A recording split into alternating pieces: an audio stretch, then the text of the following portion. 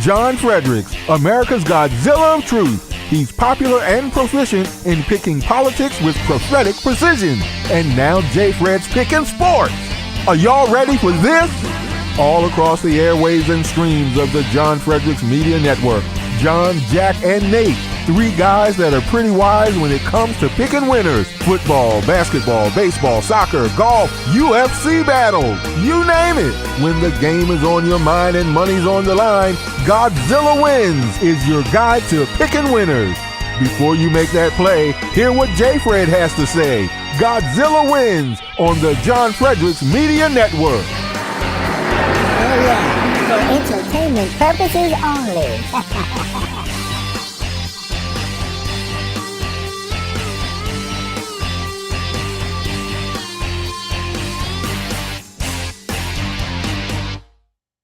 Morning, everyone, and welcome to another edition of the Godzilla Wins Saturday Pick Show. I am your host, Jack Fredericks, with my co-host and father, the Godzilla of Truth, John Fredericks, and senior editor at GodzillaWins.com, Nate Perry. We should be joined by Dan Angel here pretty soon. He's always locked in for college football. Dan's here. Oh, Dan's here. So we're also with Dan Angel, our senior contributor for all things sports, college football, NFL, Bundesliga, Women's World Cup, college basketball, you name it, Dan writes about it. Hey, listen, if you are interested in sports, go to GodzillaWins.com for all of your previews, predictions, and analysis. We got a lot of things going on the website right now, publishing a ton of articles, tons of picks. So to get your absolute best picks with a little bit of flavor, because we like our writers to be able to show their own voice, go to GodzillaWins.com. GodzillaWins.com and all its subsidiaries are for entertainment purposes only. If you have a gambling problem, please call 1-800-GAMBLER, 1-800-426-2537 in Colorado, Illinois, Indiana, Louisiana, Maryland, Michigan, Nebraska, Ohio, Pennsylvania, Tennessee, Virginia, West Virginia, Wyoming, 800-327-5050, or visit gamblinghelpline-ma.org in Massachusetts. Call 8877-G-HOPE-NY or text HOPE-NY to 467-369 in New York. Call 1-800-NEXT-STEP in Arizona, 1-800-522-4700 Kansas or New Hampshire, 888-789-7777. Visit ccpg.org in Connecticut or 1-800-BETS-OFF in Iowa, or visit opgr.org in Oregon. I'd like to welcome everybody to the show. How you guys doing? Happy to be here. Can't complain. Awesome. Glad we're enthusiasm is high. Yeah, big enthusiasm day. Huge enthusiasm day. This is actually a huge college football day. Lots of really awesome games on the card that we're going to talk about. But before we talk about that, I'd like Dad to talk about DraftKings, although I don't see him in the camera. There he is. Oh yeah, we're here. There we go. All right, so We got to get a cup of coffee. if you're in a Welcome We got to back, get a Rod. cup of coffee to get fired up. Hey, first of all, I'm going to talk about DraftKings. But first of all, Dan, good to see you in Hawaii. I don't know what the hell time is it out there? Like 1 a.m. or something? It is What time is it? 2:02 in the morning right now. You're a trooper, man. Okay, Nate, we got to invest. Nate, we got to invest in you some lights, right? We got to get some lights in the background there so we can see your location. Right, yeah. So we got to do that. But listen, we're fired up about even though the Astros got beat last night by Kansas City. I turned the game off. I can't take it. Anyway, where were we? DraftKings, right. I tell you what an opportunity you've got right now. Not only do you get winners from us and all this analysis, but you can go to DraftKings right now, download the DraftKings Sportsbook app, put in $5. Now, I know you got $5, right? Everybody's got $5. You can get a cup of coffee at Starbucks for $5. You put $5 in, you're going to get with promo code Godzilla. That's the key. They're going to ask for a promo code. You put in Godzilla, you're going to get $200 instantly in free bets. Instantly, win or lose. Now, let's say you put that $5 in and you win that game. Boom, you've got $210 in your account ready to go, and you put in $5. Even if you get beat, you still got $200.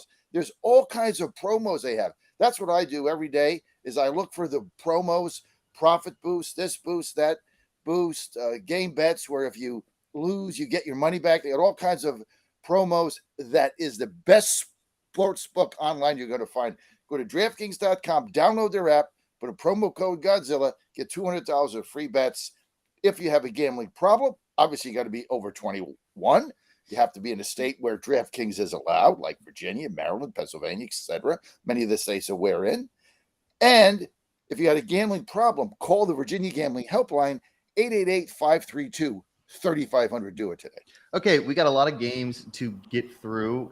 We're going to start here, as always, with college football, and we're going to start with a game that is a little odd because DraftKings, FanDuel, a lot of them don't offer odds on the Rutgers at Michigan game. That's a law in New Jersey. You can't gamble on Rutgers in New Jersey. So if you're in New Jersey, tough luck. Yeah.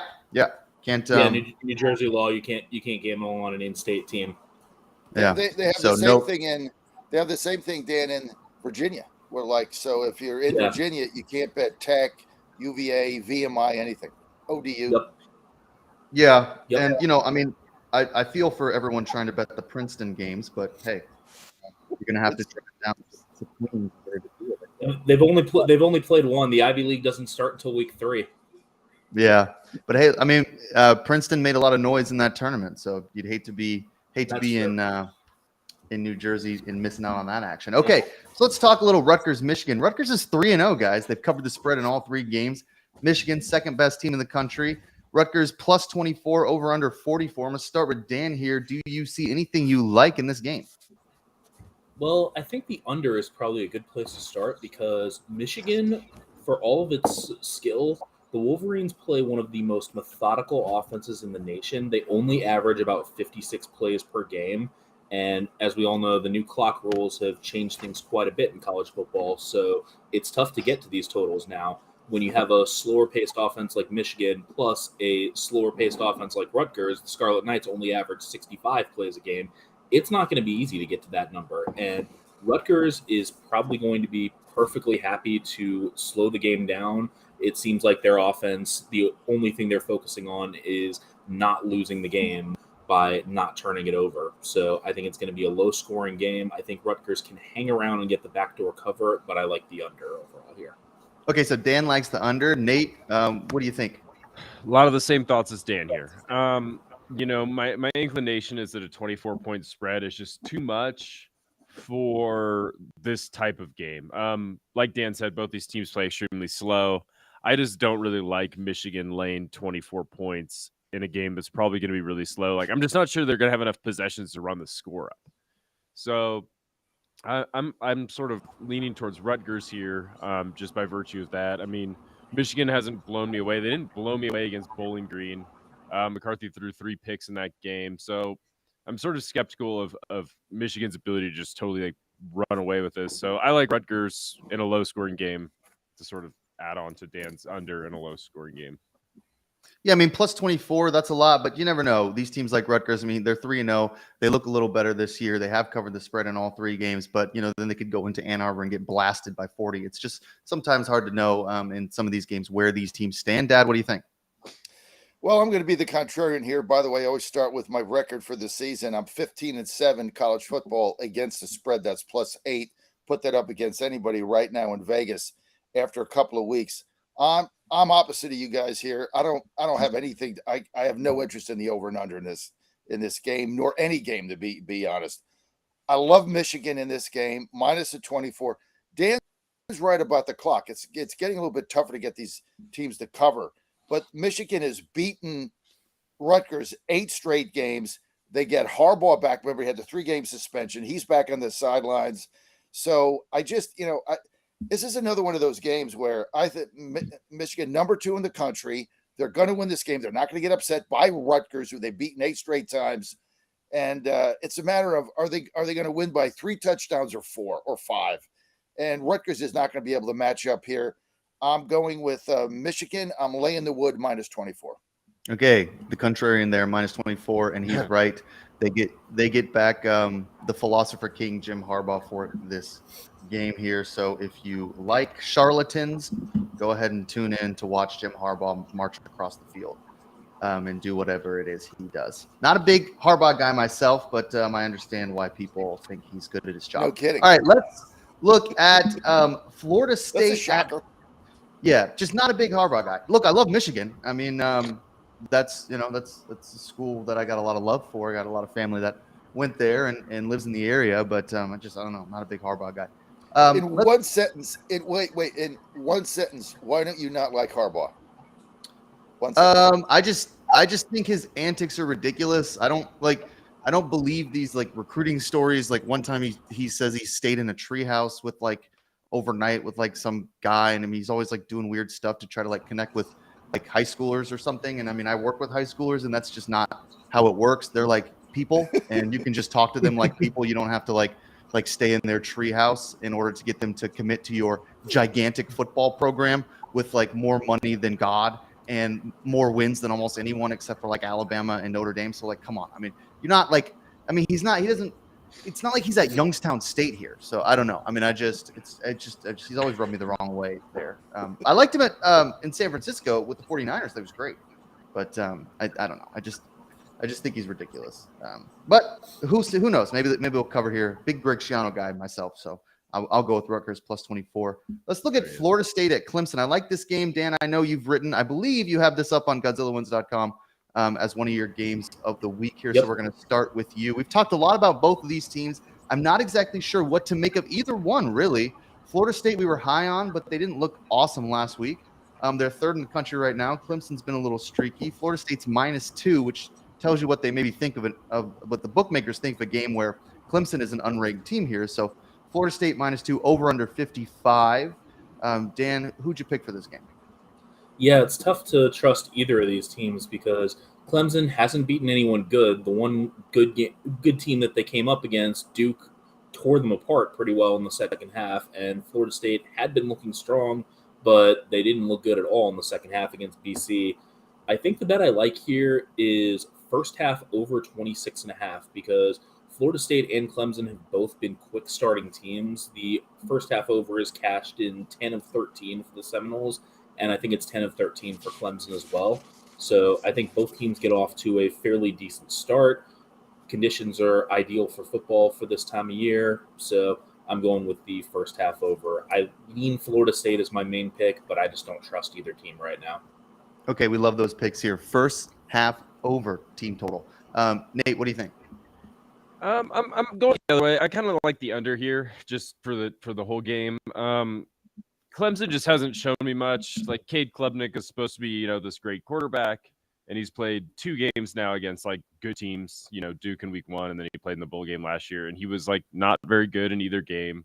I just see Clemson as a team that's like really good against bad non-Power 5 teams, but haven't shown me much against like a Power 5 team yet. So from that perspective, I sort of like this to be a little bit lower scoring than maybe the sportsbook is saying. The total's at 55. That feels too high for me, particularly given that Florida State, hasn't been playing like electric fast on offense.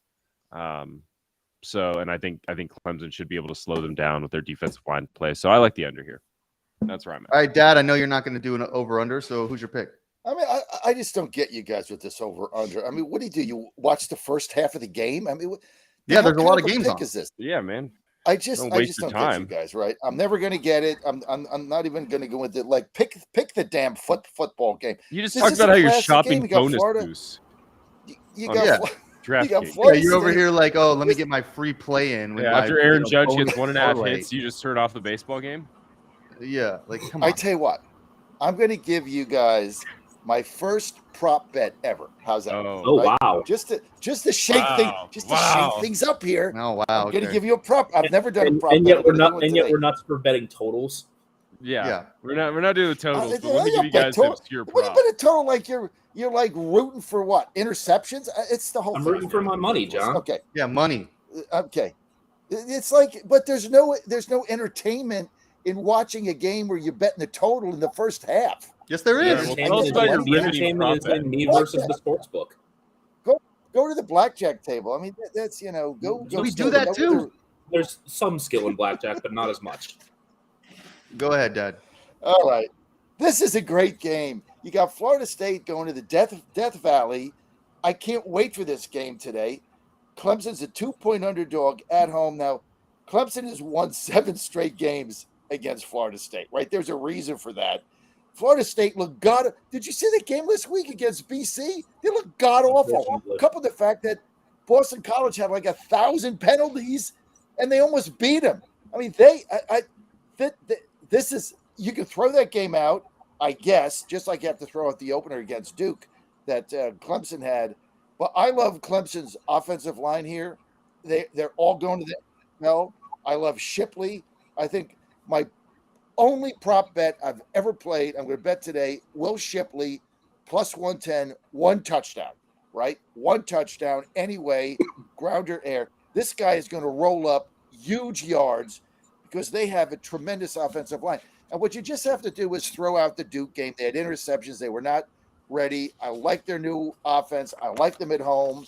And I'm going with Clemson plus 2. I love this game. I can't wait, Lasan. Clemson plus 2. Get this guy a gambling Twitter handle with his anytime touchdown prop there. That not a play I can make back home in Indiana. Yeah. College prop plays are illegal in Indiana.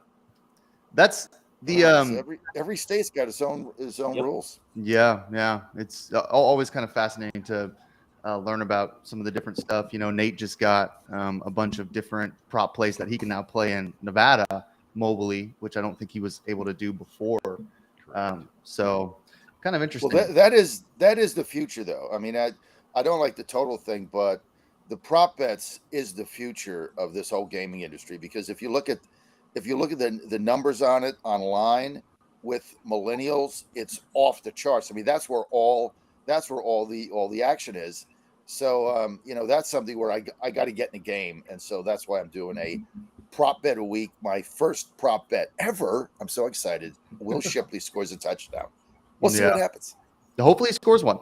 Dad, it seems like you're pretty locked in today. I think one of the reasons for that is Healthy Cell and the way they are able to help you sleep at night. Tell our listeners a little bit about REM sleep. If you don't have your REM sleep, you're really depriving something important in your life. Like, I don't get a lot of sleep. Everybody knows that. If you see me on Get Her Live, I'm in our RV today, our Virginia bus tour RV where we're going around. I mean, I was so tired last night watching the Astros game. Take my REM sleep. I slept 9 hours straight. Got up one time to go to the bathroom. Thing is, you jump out of bed in the morning, because what REM sleep does is it's not only going to put you to sleep within 15 minutes, but it supports all 4 stages of sleep. So you're going to dream, and then your whole body rejuvenates, and you're going to jump out of bed. I get the best night's sleep. I travel with it. I don't leave home without it. All you have to do, folks, honestly, best thing I do is Healthy Cell REM sleep. Just go to healthycell.com/Godzilla, REM sleep, order a couple boxes, put in promo code Godzilla. You're going to get 20% off. And there's no wait time. You take it tonight, you're going to sleep great tonight. Like, it's not like, 2 weeks and it'll start. It's immediate. REM sleep is one of the greatest things ever invented. And the other beautiful thing about it, it's all natural, right? There's no like drugs that go with it or medications. It's all natural the way this goes down, and you're going to see it immediately. healthycell.com/Godzilla, REM sleep, boom. REM sleep. There we go. So let's go to Colorado at Oregon. Big game here with a huge spread. Colorado 19th team in the country, Oregon 10th team in the country. Not a lot of love for Colorado. They are underdog by 3 touchdowns plus 21, over under 70. So if you like basketball games, I think that might be kind of fun. And big plus 675 if you think Colorado's got the upset in them. Dan, what do you think here? You like the dogs, or are you off the Colorado train? Or I don't even know if you were ever on the Colorado train. Yeah, I've never been a Colorado supporter, and I think this is probably the game where the narrative around Colorado collapses. The Buffaloes don't have Travis Hunter. They don't have good play in the trenches, and they can't run the ball at all. So it's tough to see how Colorado is going to be able to keep Oregon's offense off the field. So I love Oregon's team total in this one. I think the over as a whole has a chance to hit, but I'm a little bit skittish there because I'm not sure Colorado can score enough to keep up without Travis Hunter on the field. So I got to go with Oregon to cover this because I think the Ducks will hit Shedeur Sanders plenty. The Buffaloes are just not protecting him at all. I think he's been sacked 15 times already this season, and eventually that's going to add up. So, yeah, I think the Ducks take this one pretty handily. All right. So Dan going with the big spread there. Dad, we're going to get to you last because I know you're a huge Buffs believer. Nate, what do you think You here? guys just don't believe it, Well, man. You got to yeah, well, believe in something.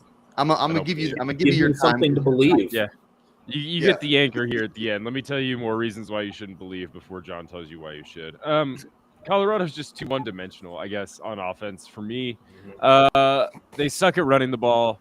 It's the one area where Oregon looks sort of vulnerable, is sort of up front on the defensive line. Colorado's not built to take advantage of that. This game it just feels like, this is finally the game where Colorado gets exposed. It's going to happen at some point. They're just not a complete team right now. They just rely so heavily on Shadur Sanders. I think Hunter's going to be tough to replace. I mean, I don't really worry about him on offense, but I think that he'll be really tough to replace defensively. Oregon's offense just looks so good. They're just good at everything. And Colorado's defense is not. We've seen that time and time again where they just sort of give up points to pretty mediocre offenses. So I'm with Dan here. I think this is Oregon in a blowout. I'll just take the spread though. I like Oregon minus 21. Be sure and get it before it moves to 21 and a half. All right, Dad, tell us why it's personal. You guys are something else, man. You don't have the receipts. See, the difference between me and you is I got the receipts. You think I'm betting against Deion Sanders? I think Jack's the one with the receipts, actually. Yeah, I am. After this game last week where they win in overtime and like the whole city, the whole state goes bonkers. This team is for real. This quarterback is going. His son is now competing for the Heisman Trophy.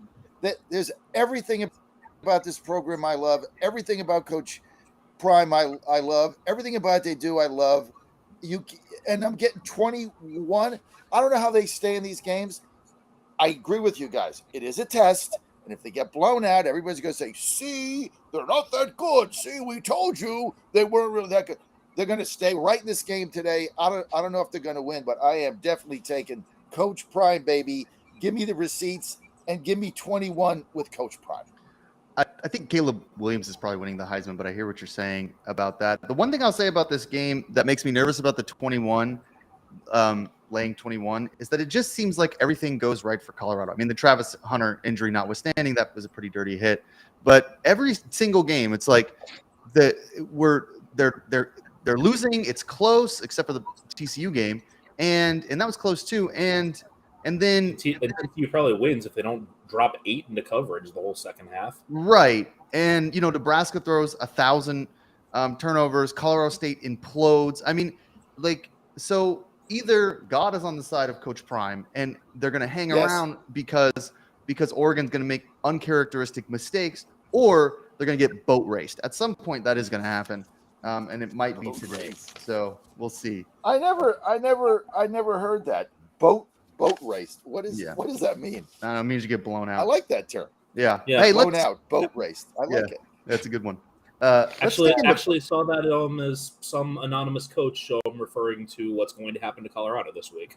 Yeah, I can't remember. They're going to get boat raced. Yeah, I can't remember who said that. Saw it on ESPN. Yeah, but I think you're right. I think God is on the side of Deion Sanders because he makes the kids pray before every game. He comes out. See this Titans thing? He comes out with a crucifix bigger than my Titans chain running around his neck. I think God's on his side. I'm not betting against God, guys. It feels to me a little bit like a couple of those old Arizona Cardinals teams that started the year 4-0, 5-0, and then crashed down the stretch and won like 2 games out over the final few games. I don't think that's going to happen to Colorado quite that extensively, but I don't think this team is some contender in the conference. I keep thinking about Kansas last year, where Nate faded Kansas. Nate was not a Kansas believer. He faded them 100 times, and they kept winning and covering the spread, by the way. And they went like 5-0, and then they just imploded. I don't know. I don't think Colorado's going to implode. I think Coach Prime is good enough to keep them in games, and I think they win. 8 games. But the idea that they're going to just beat everyone in the Pac-12, which by the way is a really, really good conference, is just ridiculous. Let's stay in the Pac-12. I want to get to some of these games out west. Next, we got UCLA at Utah, number 22 at number 11. 2 ranked teams. UCLA is a 3.5-point dog. This is in Salt Lake, where Utah is. over under 52.5. So let's start here again with Dan. What do you think about the UCLA Utah game? Well, both these teams can stop the run very well, so that worries me a little bit about the Bruins, given that running the ball has been their bread and butter. Utah has, for the most part, dominated this series when they've played in Salt Lake. They've really, the last 3 meetings in Salt Lake just have not been close at all. So I think this spread is pretty manageable for the Utes, and I think they can handle the 3.5 against this Bruins team. Nate? Disagree. I think this is the first time me and Dan have disagreed today. I guess I just don't know how good Utah is. Cam Rising's back, so they'll make a quarterback change here, presumably. He's probably not back, by the way. Oh, he's probably not back. Okay, so Nate Johnson will stay in for Utah. I mean, they just have so many injuries now. It's like I'm reading through their injury list, and it's just like a disaster. I'm not sure who's going to play wide receiver for them. Everyone seems like they're hurt. I kind of like UCLA here in this spot just because, like, I'm just not sure how good Utah is. And I think I'd rather take a little bit slightly better UCLA team. UCLA's big weakness that they can't do is stop the pass. It's not really what Utah's set up to do anyways. Certainly not what they're really set up to exploit, even though Nate Johnson's been fine for them at quarterback. So I like UCLA here plus the points. Like plus Dad, I'm always okay. You like them plus the points, Dad. I'm always curious to see what you are going to do with the Pac-12 because I get the sense maybe you're not up all that late to always watch these Pac-12 teams. So I'm never sure where you're going to take some of these games. I don't know how much Los Angeles football you've seen this year. So go ahead and give us your pick. 0, but you cannot discount Utah's defense, especially up front. I mean, 31 points in 3 games. They're allowing 2.83 yards a game. It's just pretty amazing. Now, UCLA has been bet down like crazy, right? This game opened at 5.5, and now it's down to 3.5 in the past 2 days. So everybody's all over the Bruins. Part of the reason is what Dan said, and Nate. They got a lot of injuries. Rising is not going to come back this week. We understand it, so they're going to go with Nate Johnson. And you look at UCLA plus 3.5 with that run game. But here's what it is. These are fascinating games. I love college football this week because there's so many inside stories here. So you've got UCLA's run game and that big O-line where basically I think they're number 2 or 3 in the country running the ball against the Utah defensive line where they're allowing 2.8 yards a carry. But I'm going to go with Utah at home. This team always seems to win these big games, Dan and Nate, Jack. I don't know how they do it because, they're not very fancy, but they seem to win these big games. I'm going to lay the 3.5, even though, this could be a 3-point game and that squirrely number could beat you. I'm going with Utah at home minus 3.5. They just win these games. They win them game after. I don't know how they keep winning these games. I'm going with the Utes. Yeah, if it were me and I liked Utah, I would just take the money line at minus 180. I mean, you're coughing up a little bit of a vig there, but I agree with that. I just think that 3.5 number, getting the hook off that key number is always kind of nerve-wracking, especially a game like this where the Pac-12, man, you never know what's going to happen in these Pac-12 conference games. They're always they're squirrely. So we'll see. But look, we'll stay in the Pac-12. So I got another one for you. 2 more ranked teams, baby. Oregon State at Washington State. Oregon State -3, so they're the favorite going on the road. They're ranked 14th. At Washington State's 21st. Over under 57.5. These are teams that usually can score. Dan, you and I have been pretty high on DJU so far this year. Seems like that transfer has really paid off, and him being able to be closer to home has really sort of has really kind of adjusted his headspace a little bit. So what do you think? Well, we got the Pac-2 championship game here, don't we? Yeah. So this one, I think I've got to lean toward Washington State. The Cougars have played very well at home. This team both teams really come in with that chip on their shoulder, given what's happened. But Cameron Ward has looked really good in running that Washington State offense, and Oregon State has really struggled when they've gone to Pullman. Their past 4 trips to Washington State have all ended in defeat. They've only managed, I think, 1 win in Pullman on their last 7 tries. So I'm high on Oregon State, but Washington State at home is a tough proposition, and I think the Cougars catching the 3 here looks really good. I might get myself on the side of this hook and play it up to Washington State plus the 3.5, but I'm going to ride with Washington State here. All right. Okay. Nate, what do you think? I like Oregon State here. I mean, I'm just big on Oregon State, I think. I mean, the defense is incredible. The offense is good, especially running the ball. They look like – here's a hot take for early in the morning at 5:30 in the morning my time. I think Oregon State can win the Pac-12. I think that everyone's talking about Colorado. Yeah. People are talking about Oregon. People are talking about UCLA. Utah's always there. But I think that nobody's talking about Oregon State, and Oregon State, to me, looks like the best team in the Pac-12. If they're not the best team, they're in the conversation. And we're going to see, I think, this week sort of how good they are. Now they're really taking a step up in competition as they move into Pac-12 play. So I like Oregon State here, minus the points. I think this is going to be a big sort of prove-it game for them. I think that we're going to know, what they are and, if they have what it takes to win the Pac-12 and, potentially, shake up a college football berth. I mean, God, what kind of weird world is this that we live in where Oregon State's they could be in the college football playoff? I mean, that's why you love it. And as Dan stated, look, this is the Pac-2 championship right here. So they're definitely, I think, the best team. They could win the Pac-2, absolutely. We'll save that conversation for a later date. That this could be a game that maybe Oregon State and Washington State just play every week over and over again in the Pac-2. And I'd watch.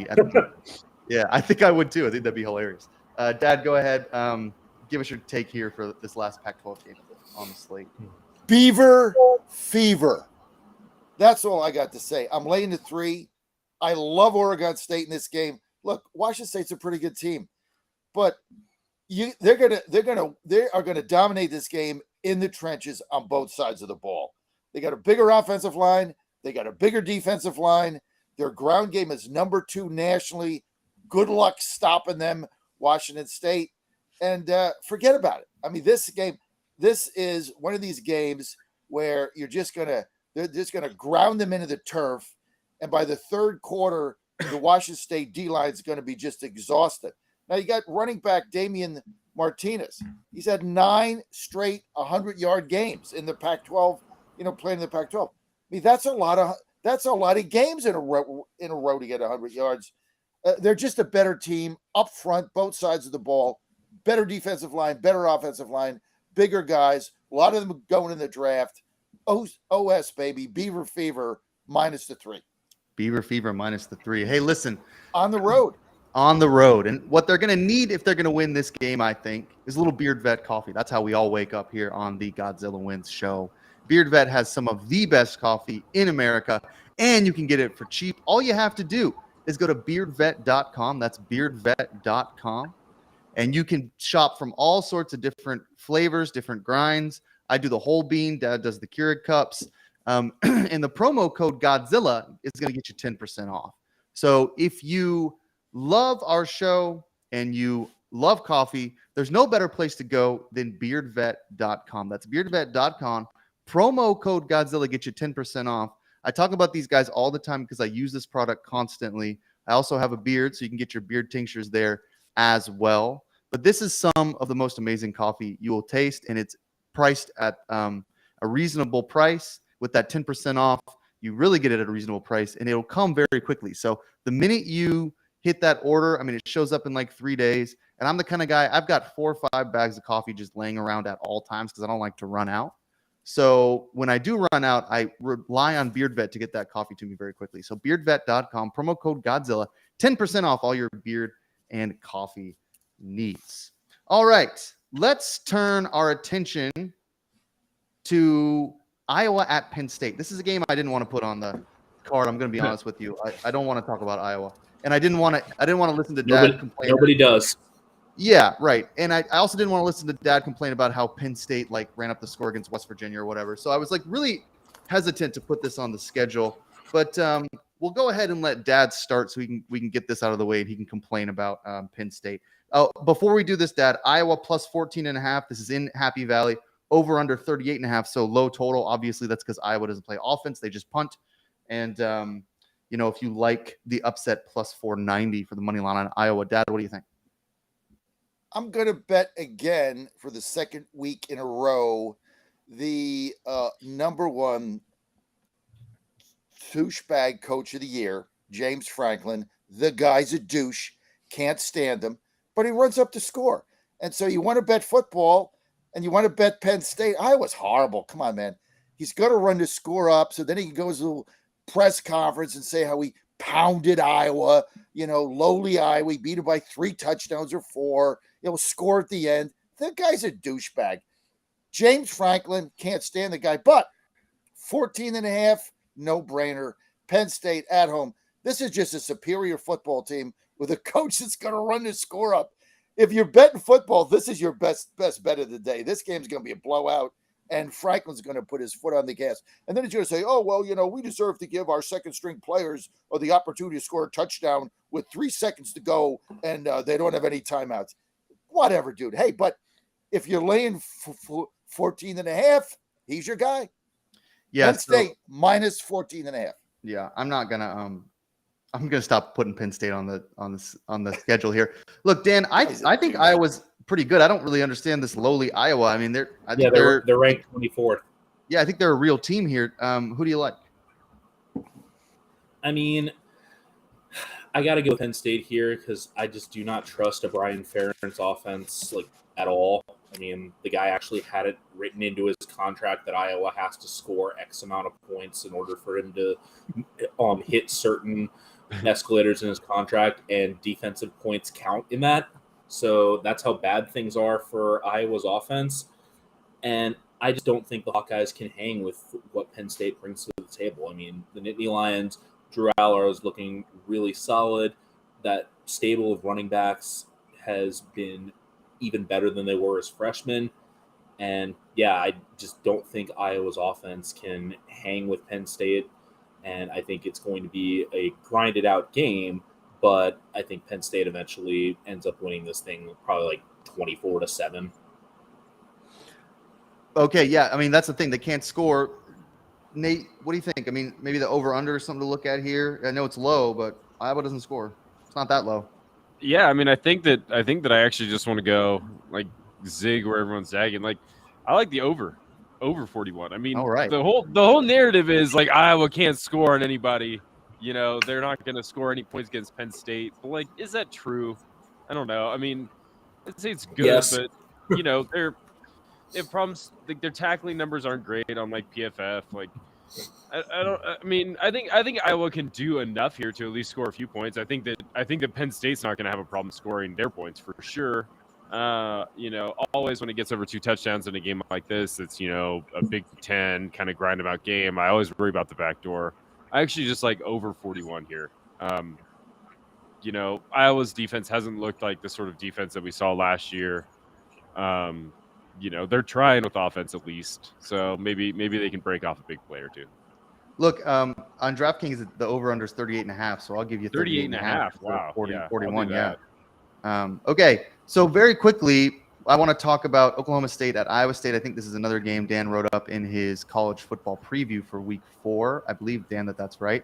And of course, the Pokes are near and dear to Nate's heart. He's got family who went to Oklahoma State there. So we're going to start with Dan, and then we'll go to Nate for this unranked matchup between Oklahoma State, Iowa State. Oklahoma State is a 3.5-point dog, over under 36.5. Dan, what do you think?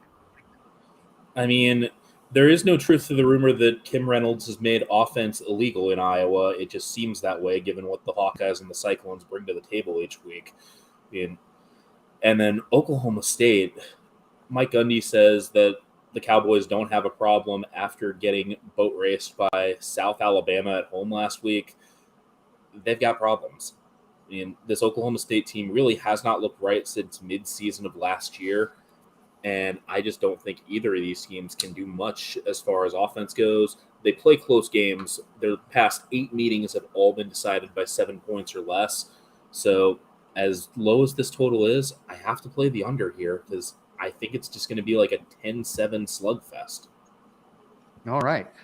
So playing the under, I mean, low, 36.5. So we'll see. Nate, what do you think? I agree with Dan. I'm seeing 36 right now on DraftKings, so it's moving rapidly. Yeah.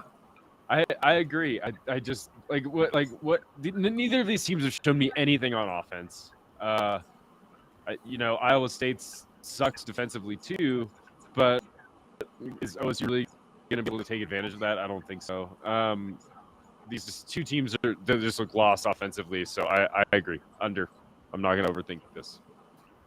All right, Dad. You hate the money. You hate the totals there. So who do you like in the point spread? You can't bet. You just can't bet the Cowboys. I mean, I'm sorry, folks, Cowboy fans out there. You can't get blown out by South Alabama, which is a step from a D2 football team, lower FCS, and then think you're gonna go to Iowa State and like compete in this game, right? I can't do it. So like nobody likes a 3.5. I'm with Dan here. I think Governor Reynolds did outlaw offense in Iowa, but neither team scores anything. But look, they're just a better football team, and there is something wrong with this Cowboys team, with this Oklahoma State team. I mean, to get manhandled that way by South Alabama, you got to be kidding me. These are games that colleges pick up to get the money from the lower ranked, from the lower FCS teams. This is a cash game and you get killed. I don't think so. I'm going with Iowa State minus the 3.5. To stick up for South Alabama, I mean, I will say like those what we consider lower tier Alabama teams are always trouble. South Alabama being one of them, UAB being another one, now with Trent Dilfer as the coach over there, who had a lot of success in high school and probably will have success at UAB. As a fan of a team that often plays these weird Alabama teams or Georgia State or Southern Miss, I mean, man, they always make you nervous because they play good football. It's still the South. In college football, still king. Doesn't matter what the school is. But Oklahoma State should not be losing that game. That's why they're not ranked. So, we'll see. It seems like everybody is a little skeptical that the Cowboys can play football this year. Okay, one more game here before we get to our big two. And this one is, I don't know. I mean, Texas at Baylor. I put it on the schedule because I kind of want to keep talking about Texas every week until they lose, I guess. Or I don't know. I mean, they're such an interesting team. Maybe they're a college football playoff team. Maybe they're this good. Or maybe they lose to a stupid team like Baylor. They're minus 17 here, traveling to, Waco.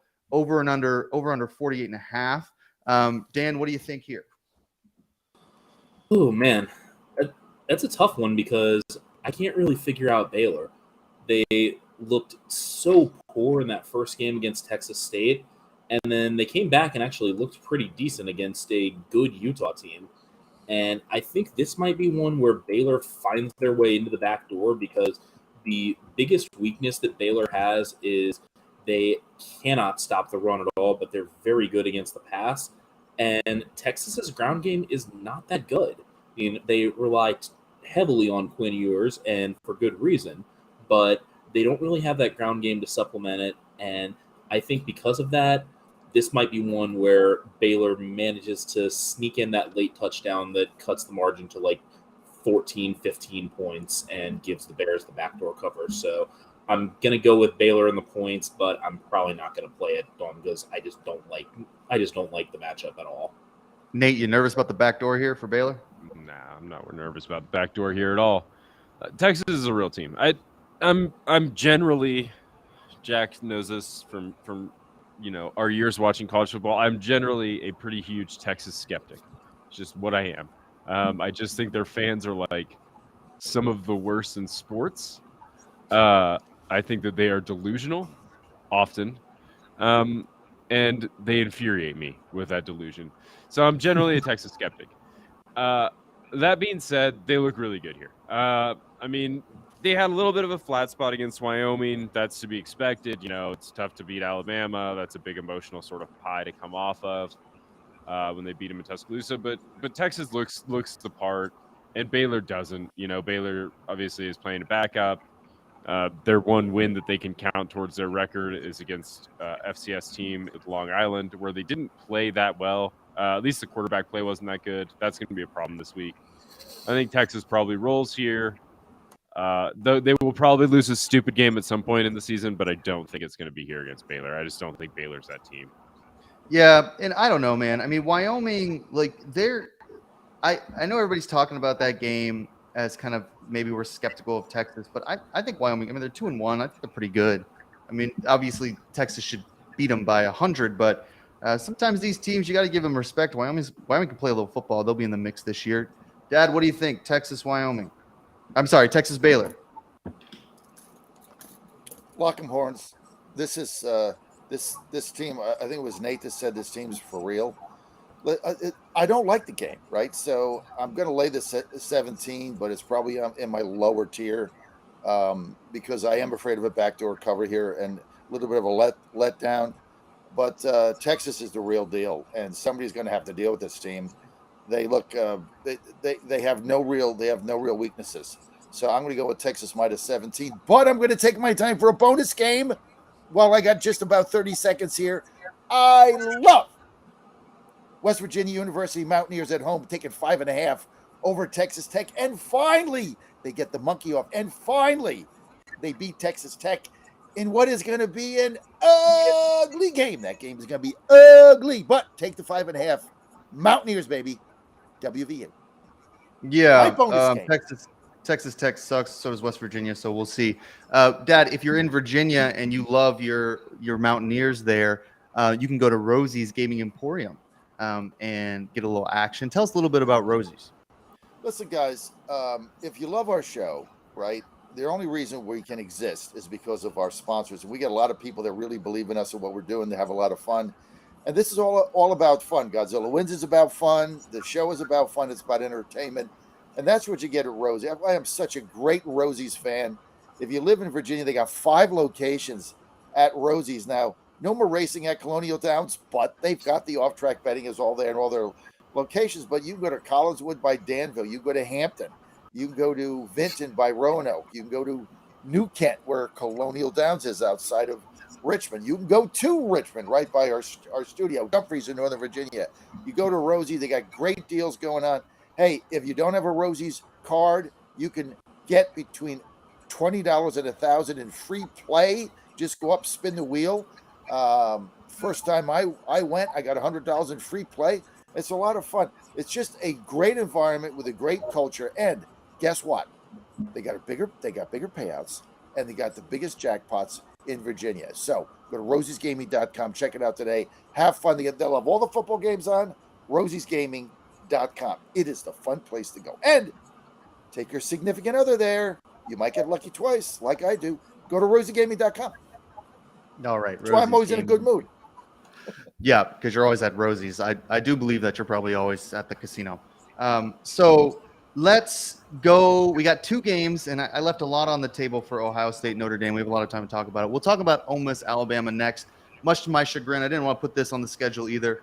I went to Ole Miss twice because I just couldn't get enough of their academic institution, I guess. And here we are in a big scenario.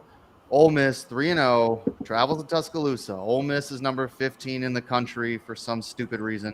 Alabama is number 13 in the country, even though I'm not so sure they're looking very good either.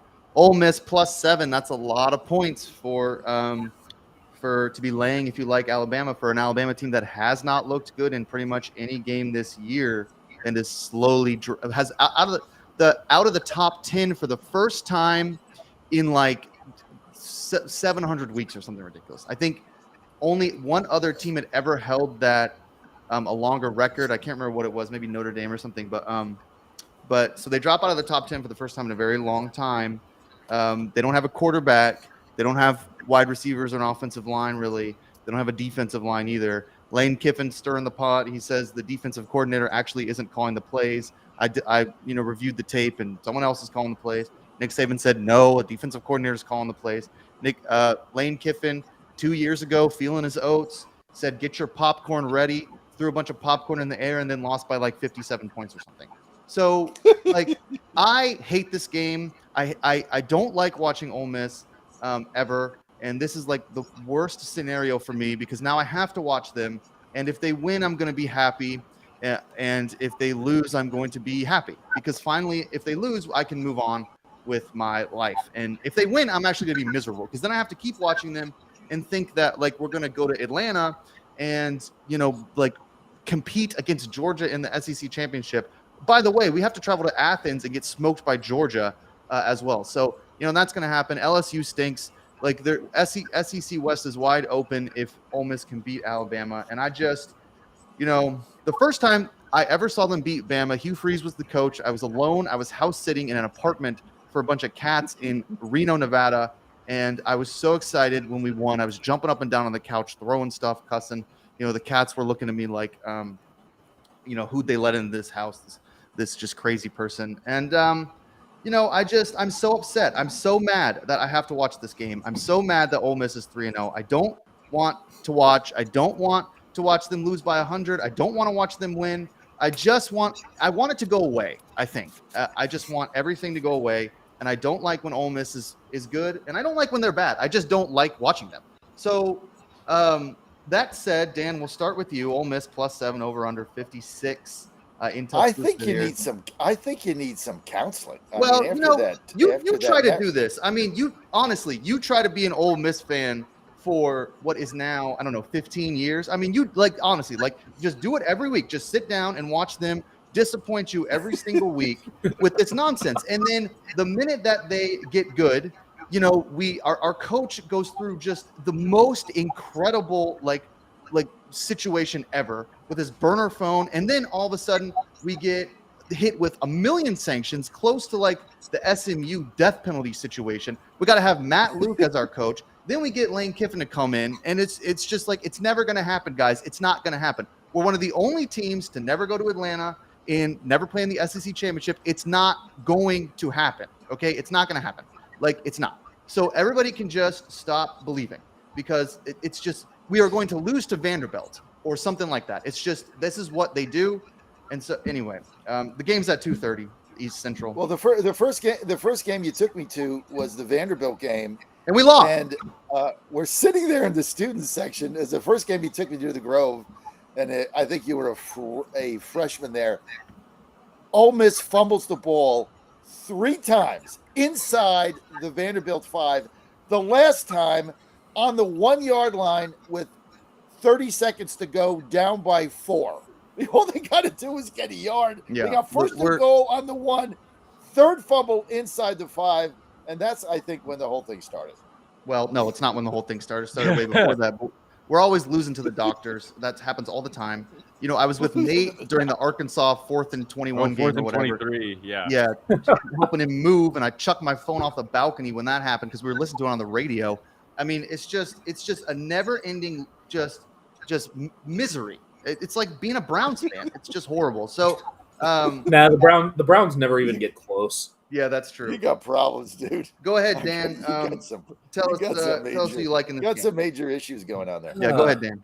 I mean, not being touched by any of this. So my only experience with Ole Miss was going to the Grove in 2007 when Missouri played Mississippi on there back in my college days. But yeah, I got to go with Ole Miss here. I mean, Alabama just does not look right at all. I mean, it's not as much an endorsement of Ole Miss as it is an indictment of Alabama. Like, this team just does not look like they have any kind of solution on the defensive side of the ball, and I think Mississippi can attack that well enough. I think that Alabama will hang on to actually win the game, but I think catching 7 here is too many points. I think Ole Miss will keep this so close, and I think Alabama wins it by 3. Yeah, Nate, I'm surprised it's 7. I really think it should be more like 3.5. What do you think? Yeah, I mean, I don't know. I think you're probably right, and that scares me. Again, I'll go with the total here. I think this is probably an underplay for me. If I'm gonna play it, just because both these teams have started pretty slow. You know, I mean, Ole Miss was in a hell of a fight against Tulane for a while, against Tulane and their backup quarterback before they finally kind of snuck that one. Same thing against Georgia Tech. They got some kind of late scores to kind of pull away there. Ole Miss just hasn't impressed me a ton on offense, which is a weird thing to say because Lane Kiffin is, boy genius or whatever. He used to be back when he was a younger man anyways.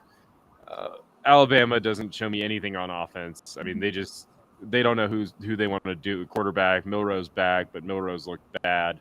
Everyone else they've tried to put in instead of Milrose looked bad. So the idea that Ole Miss that Alabama is just going to find themselves offensively doesn't feel realistic.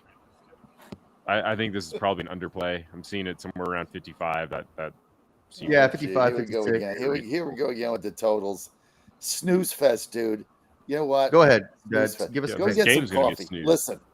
No, it's not going to be a snooze. This is going to be a great game because you're going to see, Sleep right through you're it. finally going to see Ole Miss win this game again. They're going to win the game outright. I can't believe I'm getting 7. Lane Kiffin. I love Lane Kiffin in these games. Look, I love him throwing popcorn. I love this. My favorite coach is Lane Kiffin. I love this guy. Now, he's getting sued because, he's getting sued because he told the player to meet with Dad. him as the head coach. Dad, and you the got player would meet with him, you so got- he's getting sued. you got 4 minutes. I'm if you going wanna Ole Still do got to Miss. this. talk about Notre Dame. We can't go I'm into going, Lane Ole Miss, Kiffin here. I'm going Ole Miss +7. I don't like the fact that the guy's getting sued for no reason, so he's pissed. I can say that. You know what? You get your problems with Ole Miss. This is a pretty good football team. Alabama's got all kinds of problems. Ole Miss is going to go there. They're going to win the whole game. Take the Rebs +7, baby. Yeah, look, I got a friend, and I got a lot of friends who went to Alabama. They're all self-hating these days too. At one point, he texted me on Tuesday, and I said, "Well, you guys, something about the game." I said, "You guys don't have a QB." Then he said, "Or an offensive line or a defensive line that cares about pressure." I didn't respond to that because I was busy. Then he said, "Lane coming in clutch with the brilliant. Their D coordinator isn't calling play troll." I didn't respond to that. Then yesterday, he just goes Rebs by 10. So Alabama fans aren't feeling great about their season either. We're all 'cause they sort of suck. struggling here.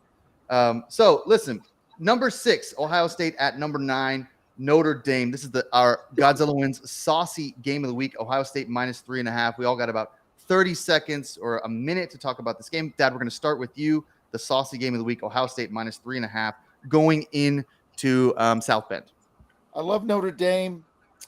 I love getting 3.5 with Sam Hartman, but this is our saucy game of the week. We got a new sponsor, Red State Barbecue.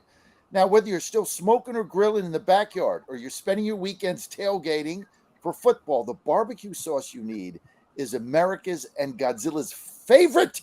This is the saucy game of the week right here. Red State Barbecue. I'm a huge fan. That's why I talked to them in advertisements. I got to have Red State Barbecue. Look, they got 8 different flavors. You're going to find the sauce that sparks your barbecue palate.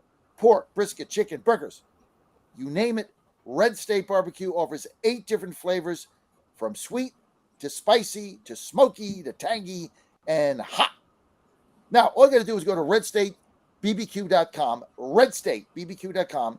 That's redstatebbq.com. America's favorite barbecue sauce is Red State Barbecue, redstatebbq.com. Help support our show. Thank you, Red State. It is the best barbecue sauce you're ever going to get. redstatebbq.com, our saucy game of the week. Dan, 30 seconds for Ohio State, Notre Dame. All right. I got to go with Notre Dame here. I think the Irish have the better quarterback, Sam Hartman, and I am just not sold on McCord in front of a hostile crowd here, given that the Buckeyes did not look good in his one road test, and his one road test was at Indiana. So I haven't seen enough from the Buckeyes here. I got to go with the Irish, Sean, even though it's weird to do that given how Notre Dame is usually overhyped. But I think Sam Hartman is for real, and I like Notre Dame. We want to thank Dan Angel, as always, for coming on to the Godzilla Wins show. You can see all of his picks, read all about it at GodzillaWins.com. He's got three picks, I think, this week in his college football preview. You can find him on X at DanAngel11 or on Instagram at Dan.Angel11. We want to thank Dan. Coming up next, James Tillman III and Darian Kelly talking some NFL. We're going to do all the lines, all the spreads. We're going to hit every single game at the top of the hour. See you in a few.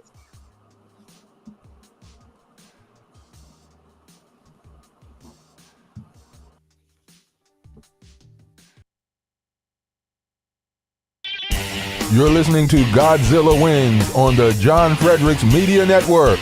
For a deeper dive without the jive, visit the website of winners, GodzillaWins.com. Let's get back to the show with the guys in the know, John, Jack, and Nate. It's Godzilla Wins on the John Fredericks Media Network.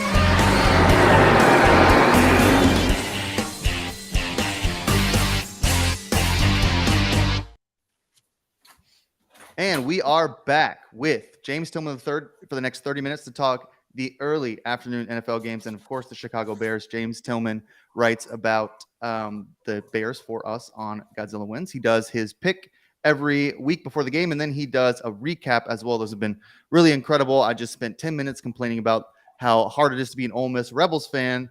I think James probably feels my pain up there in Chicago as a Bears fan, maybe even more so. Not been a good start for Justin Fields and co in Chicago, and we'll talk about that as well as everything else. NFL, that's our next hour here. We'll be joined a little bit later by Darian Kelly from the Jersey Sports Blog to talk about the late game. Sheriff Clark is indisposed this week, so we'll catch him next week. In the background, you can hear my dad brewing more Beard Vet coffee there, so that's great as well. Let's talk, before we start getting in these games, let's talk about MyPillow. Listen, I get some of the best sleep in the nation. I can say that. I mean, I get amazing sleep. I'm the king of sleep. And one of the reasons I'm the king of sleep is because of MyPillow.com. MyPillow.com, the MyPillow 2.0 promo code FUN. You can get all your pillow needs at MyPillow.com. Look, they got all sorts of stuff. They got slippers, getting cold out, nothing like those MyPillow slippers. They got a robe. You can get a robe. They got towels. I love their towels. I only use MyPillow towels and like the hand towels, shower towels, whatever. I use it all. And one of the things about MyPillow that I love so much is that they run this incredible promo code. This promo code FUN, F-U-N, can get you up to 80% off on select goods. So go to MyPillow.com, use that promo code FUN. Look at the MyPillows.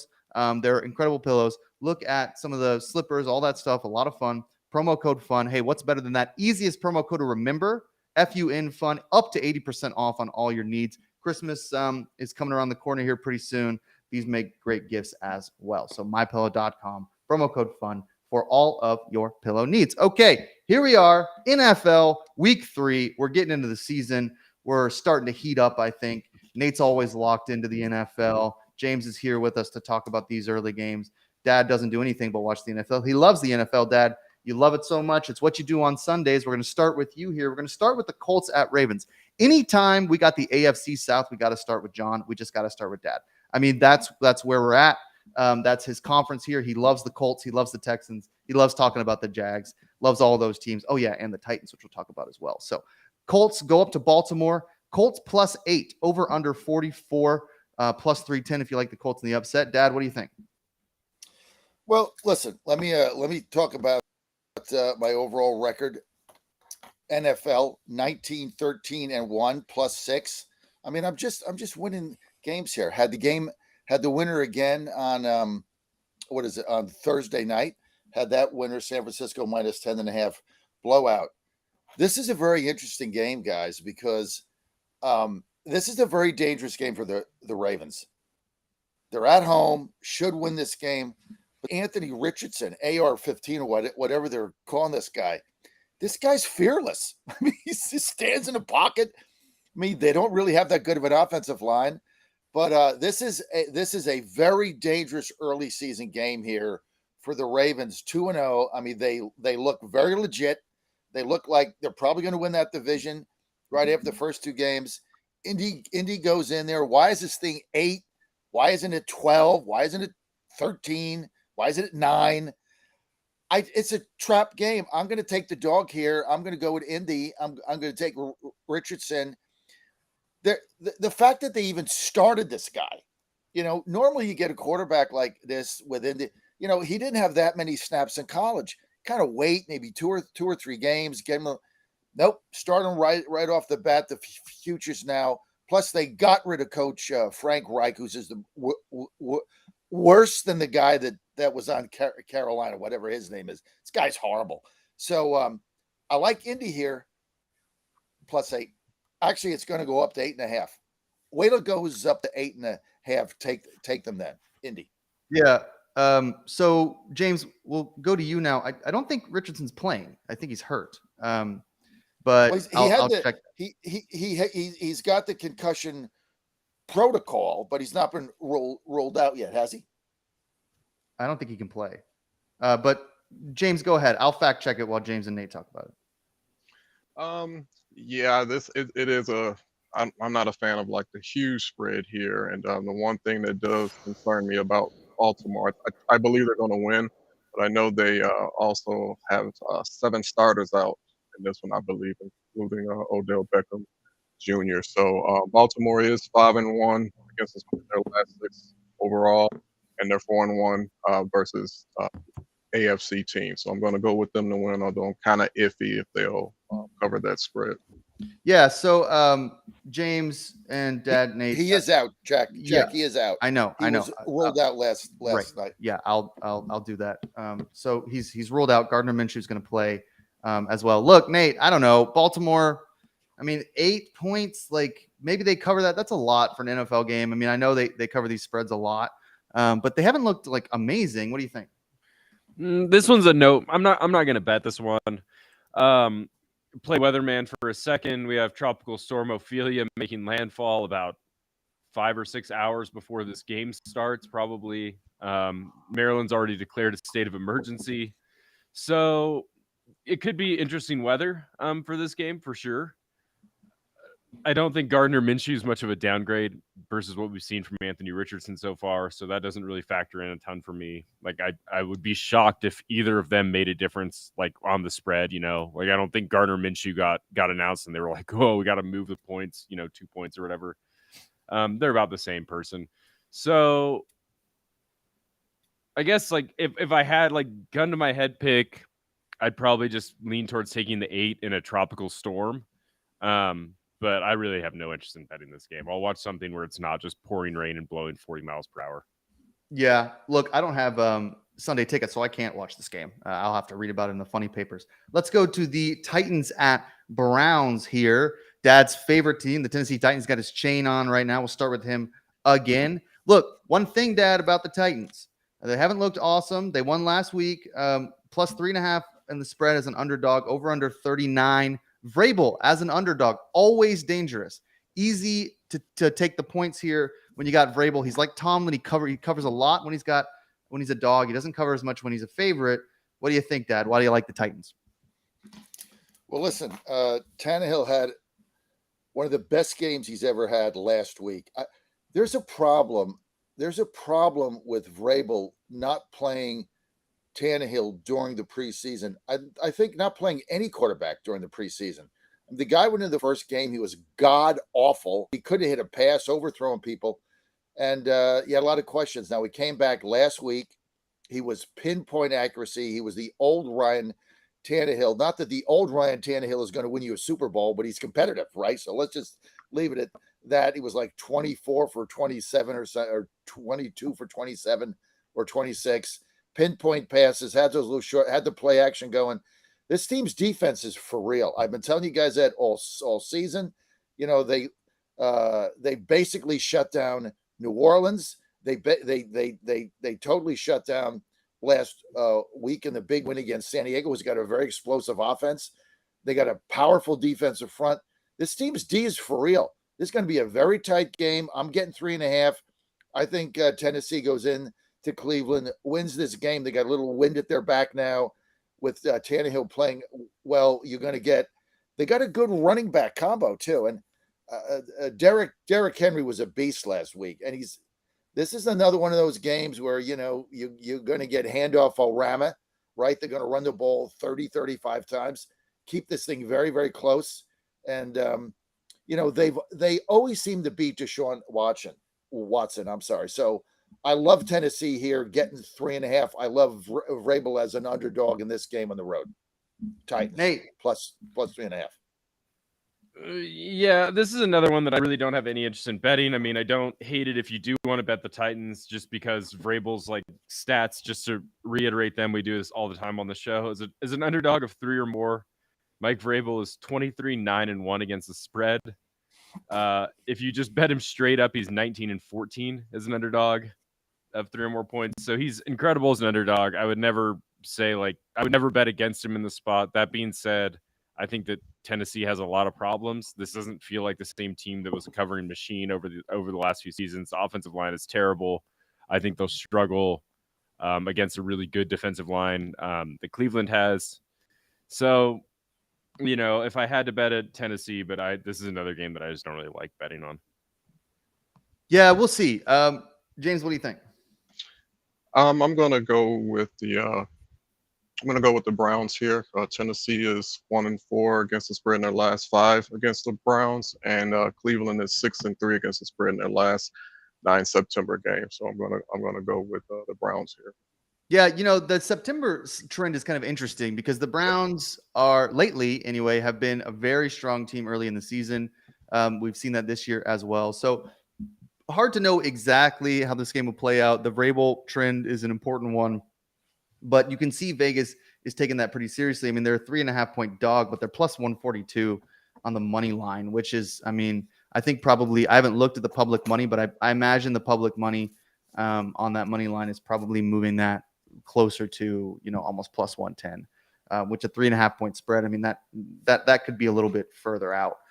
So, we'll see. Look, Titans always a dangerous team against the spread. And of course, it's all about their defense. Okay. And I've been saying this on the show now. Tannehill's got issues. Treylon Burks, I think, is going to continue to get better. D-Hop had a good game last week. But when you're playing Tennessee right now, it's about that deep front. It's about that defense. And all the criticism about their secondary, and they had a couple players out last week. Christian Fulton was out. I think he comes back this week. They're playing very aggressive. They play a lot of one-on-one, but they're pressuring the quarterback. So that defense, I love the Titans in this game. I can't believe I'm getting 3.5. Yeah, well, every time the Titans are an underdog, you can't believe you're getting whatever the number is. Nick Chubb's out, so that's another thing. I mean, he went down last week. That's a big deal, man. Yeah. That is a big deal because he's the heart and soul of that offense. So you can't underestimate that. It's like when the guy, it's not their $250 million quarterback. That's the heart and soul of the offense. Yeah, it's probably that. But listen, Chubb he's a big part of their offense. Let's move on though. We can't spend all day on one game. We only have about 3 minutes for each game if we want to get through the whole slate. So let's talk a little bit about the Atlanta Falcons traveling up to Detroit to play the Lions. This is a big game for both teams. Both teams trying to kind of get back on track after years of up and down football. The Falcons have Desmond Ridder at quarterback, who stinks, and they have a electric running game. The Lions always have had a good offense. Their defense seems to be picking it up as well. Nate, I'm going to start with you because you're one of the Falcons truthers this year. Falcons +3, over under 46.5. You are beating the drum for Atlanta. So what do you think? Going to keep banging the drum for Atlanta, man. The league's only service academy team is one of our writers puts it. Yeah, with the running offense. Yeah, I mean, I love them. The defense, it was clear that was their sort of offseason plan, was to make sure their defense wasn't just a sieve like it was last season. They've looked a lot better. This also just looks like a great time to bet against Baltimore. Like, Atlanta might not beat against Detroit. Atlanta might struggle against a healthy Detroit offense, but this is not a healthy Detroit offense. They have offensive line injuries. They have receiver injuries. Looks like David Montgomery is going to be out, a situation I've been monitoring because he's on all of my fantasy football teams. So I think that they're just catching the Lions sort of in a weird spot where they're dealing with the injury bug in a pretty big way. This looks like a game that's just set up for Atlanta to win. I don't even know if I want to take the 3. I'd probably just take the money line. I already have, actually. But 3 is great too. Grabbing that money line. James, what do you think?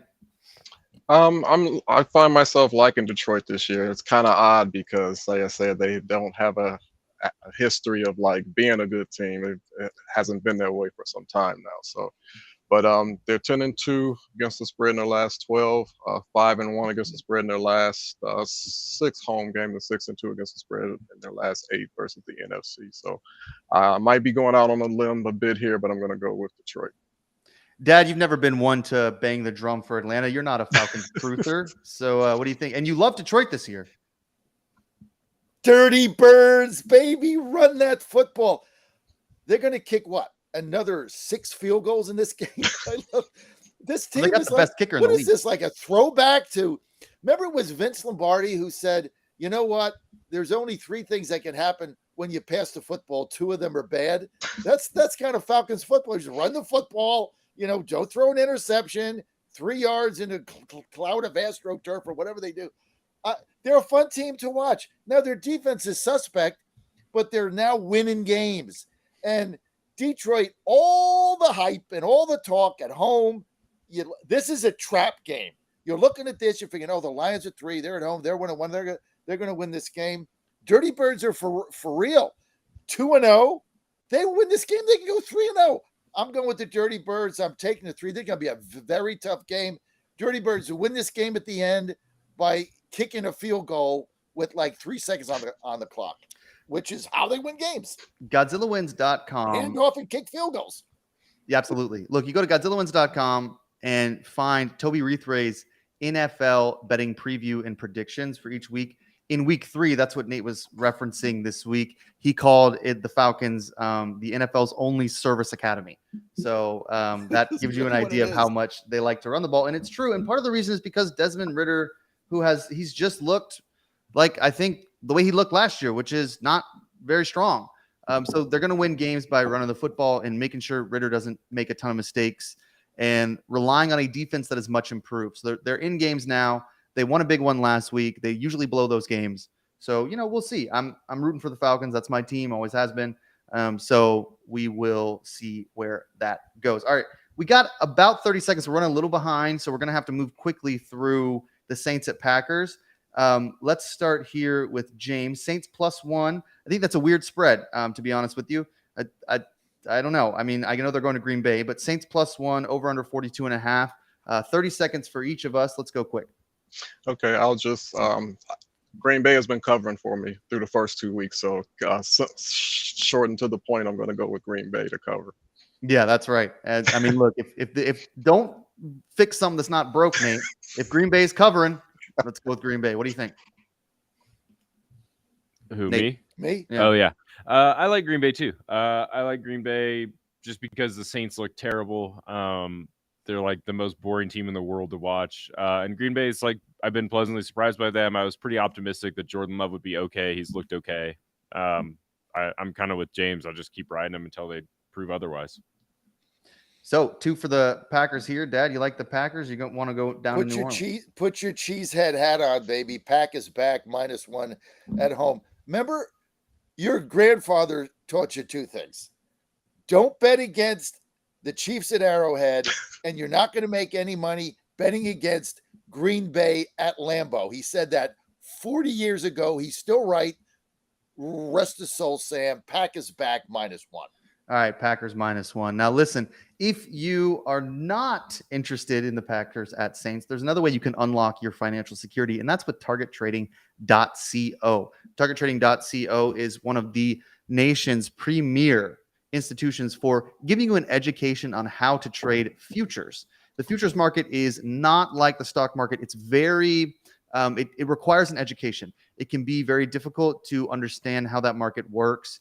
And what Patrick does down there at TargetTrading.co is they don't just like give you plays every day to make. They give you an education, and then they let you decide where you want to go. Every week, Patrick comes on, I think Dad's show still, and does his wins and losses for the week. He's very transparent about how the performance is. He stands behind his product. This is for financial security, guys, and this is an education. This isn't just, here's some stocks, play these, pick these. I mean, this is an education so that you can take this and you can invest in your future and unlock some financial security for yourself. So go to TargetTrading.co. That's TargetTrading.co to get started with Patrick and company. All right. So we're going to talk a little bit now about the Texans at Jags, AFC South. Nate, are you off the Texans? You were high on them before, but they suck. So it's really hard to I think, stay on them. But what do you think? Texans +8 over the Jags here, over under 44. What do you think? Dude, I'm doubling down, man. Oh, you're doubling down. So they don't suck. No, Texans don't suck. I mean, they sucked for the first couple of weeks, but I mean, on Sunday last week they were down. They had 4 offensive linemen injured. They had nobody playing safety. So this week they're starting to get healthy. It looks like some offensive lines coming back. It looks like Jimmy Ward's coming back to play safety for them. So they were just injured the first couple of weeks. So I like them to. I think they could win this game outright. To be honest with you, I love them. Plus the points. This just I. mean, I'm not backing off of them. I still think the Houston Texans are a legit contender in the AFC South. Jack, AFC South sucks. can I jump so in here? Okay, you know what? In the words of Ben Franklin, money separates from folly. Okay. I mean, I get the Texans thing. You picked them early, but dude, like throw in the towel. Okay. This team is an absolute clown show on wheels, right?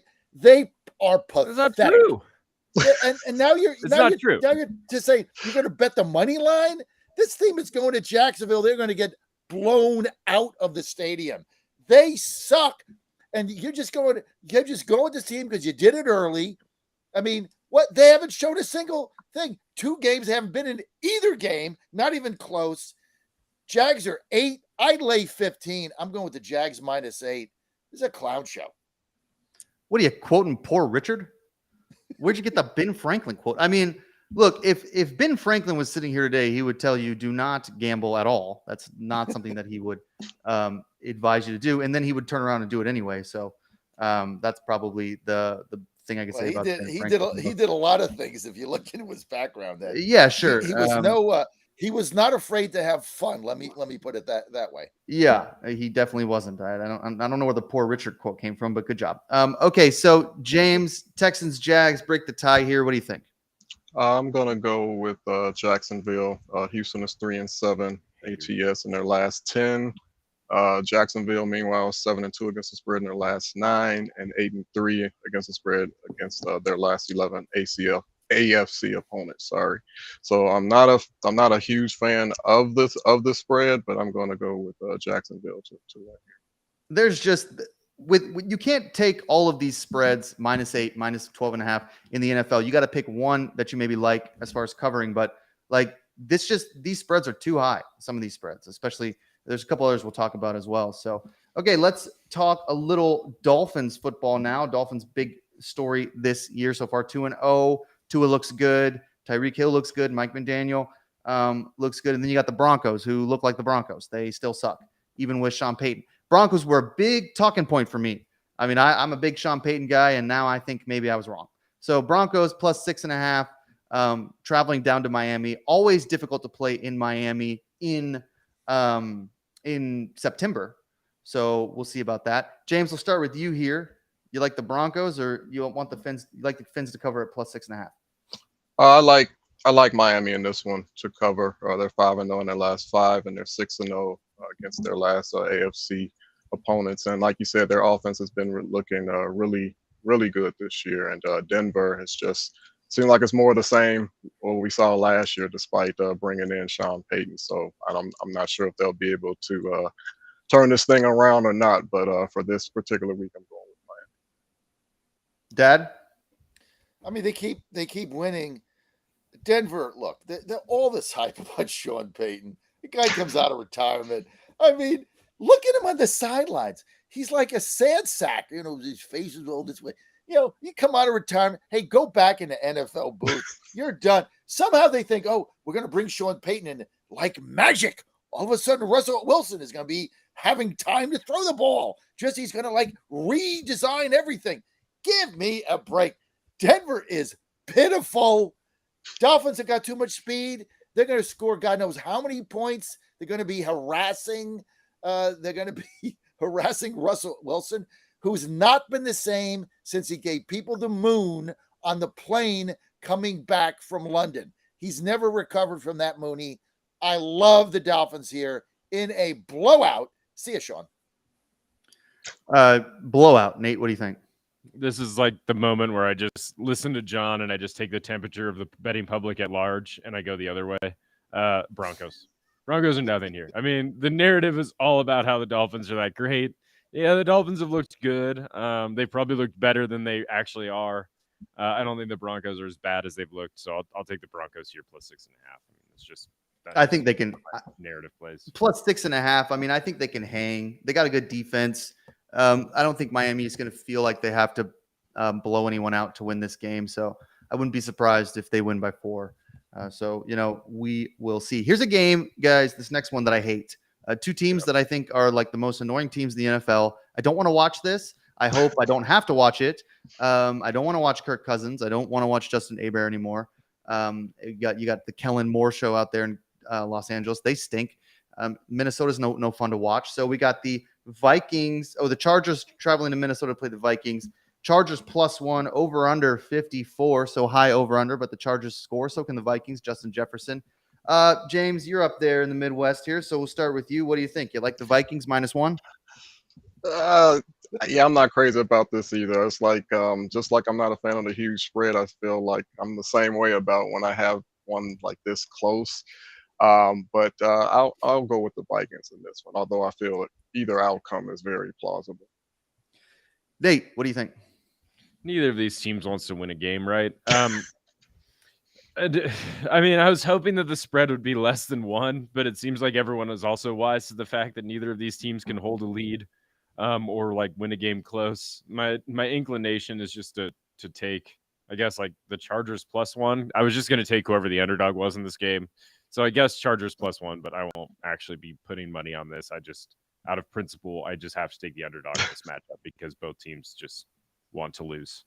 Yeah, I think that's probably right. Just whoever's the you think dog we'd is. be sitting here? You think we'd be sitting here in week 3 with all the hype going around the Bolts, right? And a lot of Is there hype going around the Bolts? You always say that. Yeah, I don't think there's Yeah, well, any. Nobody even hype goes going to around these the Bolts. games. You just hate Look, the a lot Chargers. of people picked them to win the division. Nobody did And that. I did. Who? Nobody got picked them to that win same Are the you division. the hype machine? I picked them to win the division, and now they're 0-2. Both of these teams are facing 0-3. Like they're not going to make the playoff. Who's made the playoffs 0-3? You can't even do it at 0-2. So now the Chargers, after losing that, what is the deal with this coach Brandon Straley? This guy's got to be right up there with a rule that is where is he? Nebraska or whatever. Frank Reich. The 3 worst coaches in the NFL. I would put him in a category with King. Right? I'm going with the Vikings at home because I just can't see the Vikings getting beat again at home. They got to win a game. Somebody's got to win this game. I'm going to go with the home team. I go with the Vikings. Actually, I think it's going to be a fun game to watch. Somebody is going to win this game in the final second on a turnover because that's what they do. So I'm going to go with the Vikings -1. Yeah, it's not going to be fun to watch. I mean, it's just not. It's in a dome, so I guess it'll be loud. Okay, let's finish our first segment here with James Tillman III with the Bears traveling to Arrowhead to play the Chiefs.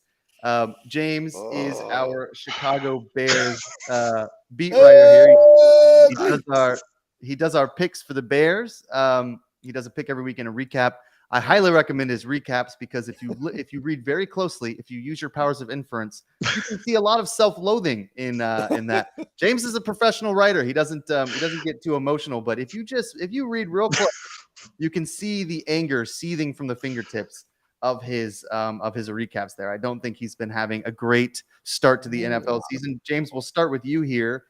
Bears +12.5, big old spread there, over under 48. Chiefs at Arrowhead. Chiefs have looked okay, but still injuries and lockouts, holdouts, whatever. So what do you think? Can the Bears cover the big old spread? Yeah, no, they're not. Not saying that the Chiefs have looked like world beaters offensively, but if you are looking at a point in your schedule to kind of help get yourself back on track, you absolutely want to see the Chicago Bears right now. They're a train wreck on both sides of the ball. I remember John saying, he was gonna try to talk me off the ledge last week. Yeah, that's not happening either. So I mean, and then they have another O-line on the shelf. Braxton Jones, defensive coordinator, resigned midweek. There was some reports back and forth about Hallis Hall supposedly being raided and everything like that. So it's just been a very eventful week for this team, and I don't see them turning around that trend against the Chiefs, and that's putting it nicely. So, yeah, tough game if you're a Bears fan. This was not the game you were pointing to and being like, this is the one where we'll finally get a win. Yeah. I'm sorry, James. I feel your pain. I do read your column, and my son Jack he's very insightful. You're very straight up, but when you read your columns after they lose, you just gotta you can feel your pain coming right out in the column. So I feel bad for the Bears. I mean, this is after the Cubs are now going to blow the playoffs by getting beat by Pittsburgh like 3 out of 4 or something. Everything going wrong right now in Chicago. I mean, I bet the Bears the first 2 games. 0-2 of them. I can't do it again. I don't like the 12.5, but there's something really the matter with this team. And I was high on them, right, James? I was high on the Bears. You were. I was high on them. But everything is going wrong, and now they got defensive coordinators quitting, and they said they're rated as I don't know. I'm Arrowhead minus 12.5 Chiefs. Nate, you want to take the Bears? You love a big spread. I'll take the Bears, I guess. I mean, I'll take the Bears just on principle, right? I don't actually think I'll bet this, but just on principle, I'll take the Bears plus 12.5 just because it doesn't look like anything could be worse for them right now. You know, like you said, the defensive coordinator resigning on Wednesday. All Justin Fields is doing in interviews is saying that he wants to cook and that the coaches aren't coaching right. So who the hell knows what he's going to do? He might just throw the playbook away and just start running around. It's going to be weird, but I'll take the Bears, I guess. Like, I mean, 12.5. Just, I mean, if you're looking for a buy low spot on the Bears, this has to be it, right? When they don't have a defensive coordinator and Justin Fields isn't reading the playbook. So just go for it, I guess, if you're going to bet them. We'll see. James, I feel you. I really do. I mean, I just, as a Falcons fan and Ole Miss, man, I feel for you.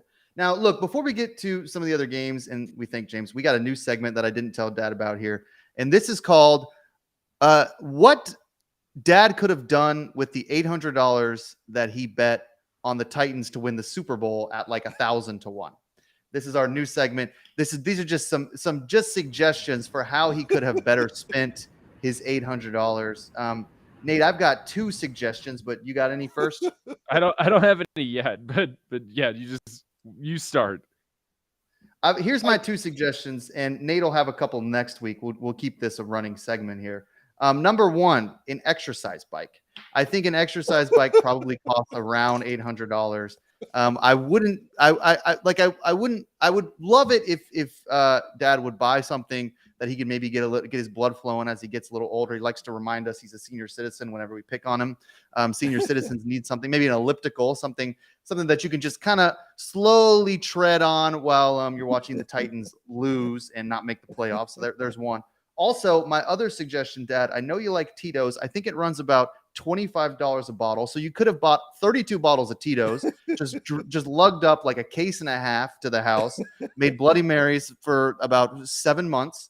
And then when the Titans aren't in the Super Bowl, you could have perfected the Bloody Mary recipe there. So those are a couple suggestions. Yeah, but when they win the Super Bowl at 80 to 1, I win $64,000 on DraftKings. So then what are you gonna do? Yeah, I'm gonna ask you to get a good accountant because you're gonna have to pay massive taxes on your gigantic win that'll have to sit in DraftKings for 5 years while you take out $17 at a time to avoid paying a massive penalty. So even with that, it's just money that you'll be staring at that you can then double down on the Titans next year. So all right, I've got one here. I've got one here. All right, go ahead. Then we gotta move on. If we're watching feeding hungry children in Africa commercials, John's $800 could have fed 53 children for a month at $15 a head. I think that's a much more noble pursuit than putting $800. Don't make me feel bad. But people don't realize this. But see, that $800 53 children in a month. But Jack's right about the tax thing. So that $800 that they bet in the Titans win the Super Bowl at 80 to 1 came from the money I won on the Astros winning the World Series last fall, which if you take the money out, you got to pay taxes on it. So I just leave it in there. Just bet something else. It's all for entertainment purposes. Yeah, look, in Nevada, there's nothing worse than hitting a big jackpot at a video poker machine and realizing you got to fill out the tax form before they can give you your money. Sometimes I think when that happens, Nate would just rather be like, "Listen, just start me a tab and I'll just run it up for a year because I don't feel like paying the government." But of course, he pays his taxes just like we all do here on that money that W-9 you got to fill out for that. Okay, listen, we want to thank James Tillman III, as always, suffering Bears fan, great writer at GodzillaWins.com. You can find him on X at TillJam3. We are going to bring in Darian Kelly, the Godzilla Wins social media manager. Wait a minute. And Darian, is that an Orioles hat that you have on? What is Yes, that? your eyes are not deceiving you. It's That is an Orioles hat. It is. It is an Orioles. You know what? hat. I'm in Maryland today. You and I are going to meet. We're gonna meet in the AL championship series. We're gonna play you guys, and we're gonna win. Just want to say that it's gonna be you and me and Jackson Astro fan. But I see that Birds hat. We'll see what happens. But I really feel good. Astros are definitely going to win the league, and they're definitely going back, and they're going to beat Atlanta. So I'm pumped. Go ahead. We'll see. May the odds be in your favor. I love our bullpen right now. I like our bullpen. I like our guys up against anyone else, and I love our bats. I mean, we're swinging the bats right now. We went down, against Cleveland. We'll bounce back, but I'm very hopeful for the playoffs. It's going to be interesting year for the playoffs for sure. It's going to be fun. It's going to be fun. Yes, indeed. it's absolutely going to be fun, and Sunday's going to be fun as well. Let's get to some of these games. We spent a little bit of time on that, which is fine. Darian also runs the Jersey Sports Network, which you can check out on social media as well. They do a lot of awesome stuff over there. I'm always tuning into what they're talking about. So you can go to you can find them at Darian, very quickly, what's your just give us your handle so people can find you. Yes, absolutely. So on Instagram, it's the Jersey Sports Network, and then also on Twitter. I'm back on Twitter again. You can follow me on Twitter at DK Sports 410. Okay, cool. DK Sports 410. There we go. So let's get into some of these afternoon games. I think I actually have 1 o'clock game here. I think the Pats and Jets are 1 o'clock. I kind of switched that around. So we'll start there. Patriots at Jets. Jets, Jets. Dad's second favorite team. Plus 2.5 are the Jets. Patriots kind of suck too. Over under 36. Dad, we'll start with you. We know you love the Jets. What do you think? Jets plus 2.5 at home. Patriots, no offense either. Jets defense got worn down Monday night. No question about it. Zach Wilson's got to figure this out, but the Patriots are worse. I'm going with that Jets defense at home, and I'm getting 2.5. Bank it. Nate, you like the Pats here? I like the under here. 36 is a low total, but it's going to be played in a tropical storm. Bill Belichick is going to make Zach Wilson's life very difficult. And one of our writers, Toby Reithway, has us projected as an 8-7 Jets victory and the most hilarious score projection of all time. So I'm just going to go ahead and bet under 36. I think under 36 is a good bet. What do you think, Darian? Yeah, I'm liking the under on that. I think Belichick is going to dial something wicked up against Zach. I don't think he's ever really seen a defense like this, and he's horrible against the Patriots. If you go back and look at his stats, I mean, he's 2 touchdowns, 7 interceptions. It's not really looking good for him. Passer rating at about 50.6. I don't like Zach against this defense. I'm rolling with the Patriots all day, and I'll take the under. Yeah, look, I mean, Zach Wilson sucks. So good luck with that. I mean, we'll see, Dad. But hey, listen, here's another one for us, one that might be a little bit more exciting. Bills at Commanders. We got a lot of Commanders fans up there, and we talk about that storm in Maryland, so that could be a factor as well. Let's start with Darian here. Bills at Commanders. Bills minus 6.5, over under 43. See anything you like here? I really like the Commanders here. For me, it's really hard for me to really trust Josh Allen right now. A lot of turnovers in the last game. He hasn't really been the same since Brian Daboll was there. I think that the Bills, they still have a little bit more to prove. I mean, they did beat the Raiders, but I mean, I didn't really see much. I love this Commanders team. The Commanders are really hot right now. You think back to that comeback that they had not too long ago. This is a for real defense with the D line. personally, I think that, that conference has some of the best D lines in the league. So, I like the Commanders here. Dad, skeptical of Josh Allen. Little weather here. We'll talk about that with Nate. He always plays weatherman. Well, it's going to be, I mean, I'm in Maryland now. It's been raining torrential rains. Plus we got this other storm coming in. It's just hard to lay 6.5 in this kind of weather. Look, Washington had a great comeback last week. They're at home. If you can call FedEx Stadium home, I guess, right? And maybe if it was RFK Stadium, they'd be home. By the way, worst NFL stadium in the history of football is FedEx Field. It's an absolute crap show. But I'm going to go with the Commanders because they're fired up, and there's something about Rivera, right? I mean, the guy beat cancer. His teams follows him. I also like their defense. I like Action Jack as their defensive coordinator, and Buffalo. I mean, they just. I'm with Darian here. Something's wrong with this Josh Allen. We'll have to see what happens, but 6.5 in this weather. Take a shot with the Commanders. Nate, I'm going to play contrarian, and I'll set you up here. I understand something being wrong with Josh Allen, but in this weather, he can be kind of difficult to contain because he runs so well and he's so big. And if he can hold on to the football, doesn't fumble 100 times, he could be a menace on the running game. What do you think?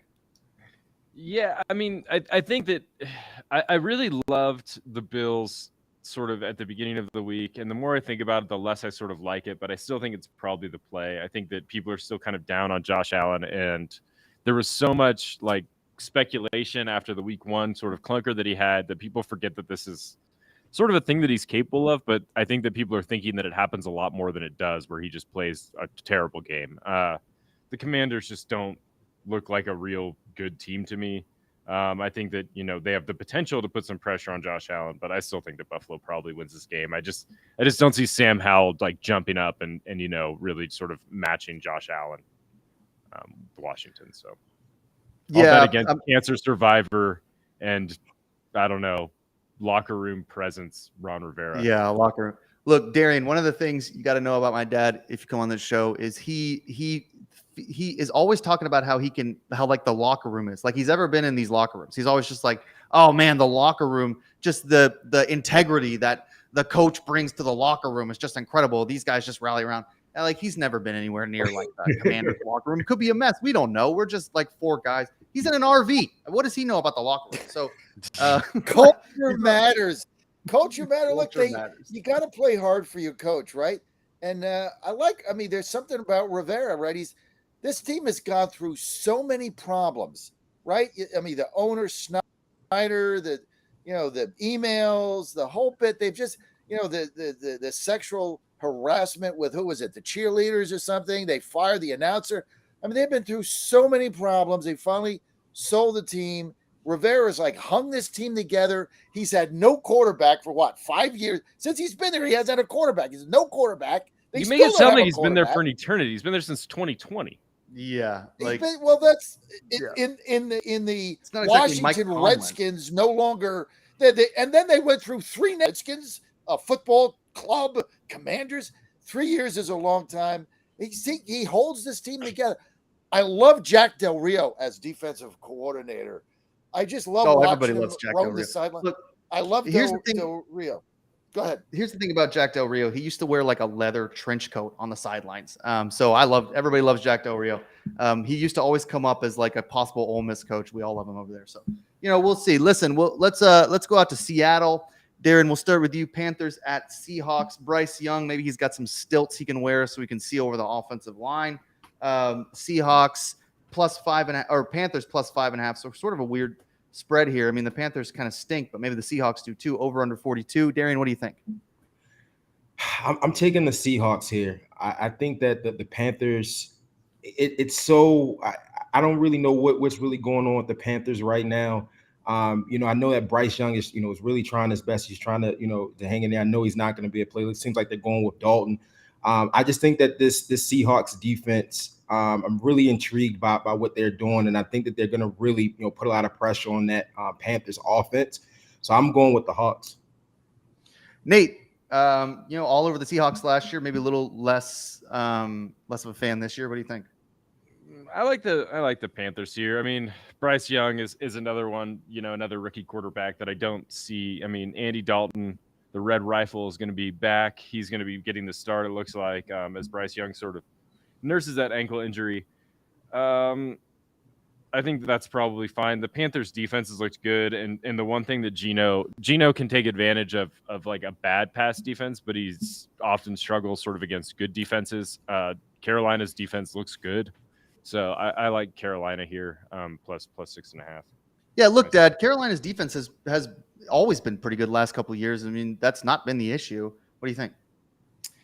Is Frank Reich the coach of Carolina? Answer? Yes. Yes.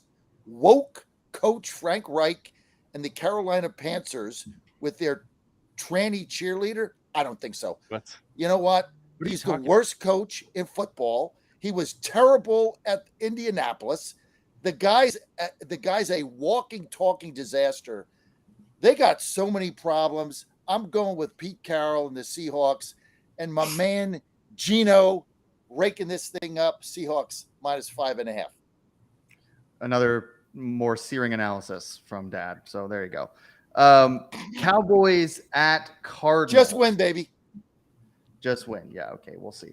Cowboys at Cardinals here, Nate. We're missing Sheriff Clark, our Cowboys fanatic. They travel to Arizona. They're a minus 12.5 point favorite, over under 43. Can you lay the wood with the Cowboys, or do you want to play it down to minus 12? Just buy it down to the key number of 12. Yeah. I don't want to get backdoored on my 12.5. I mean, this is another just sort of principle play.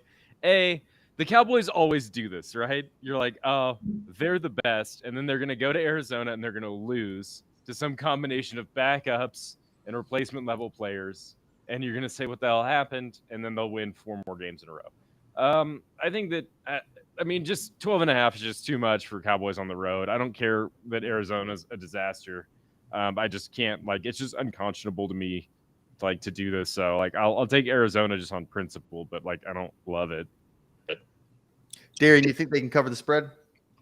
Yeah, I believe that they can. Look, I think that this Cowboys defense is for real. I think that the way we're looking at Dallas right now is that Dak is now in a position where he's back in game manager mode, right? You have him not doing too much. He doesn't have to go out of the round. The defense is playing lights out. He just has to manage the game. I love the running game. I love the Cowboys running game right now, and I believe that the passing game is definitely, it's not going to be the best. But I believe that the Cowboys will be able to score just because they'll probably keep, the Cardinals, off the field. And it's really hard to bet against the Cowboys and that defense. And I apologize to the audience when I first came on here and I said stay away from the Cowboys. I'm actually pro Cowboys this go around, so I like the boys today. Yeah, Dad, you're not afraid of a large spread here.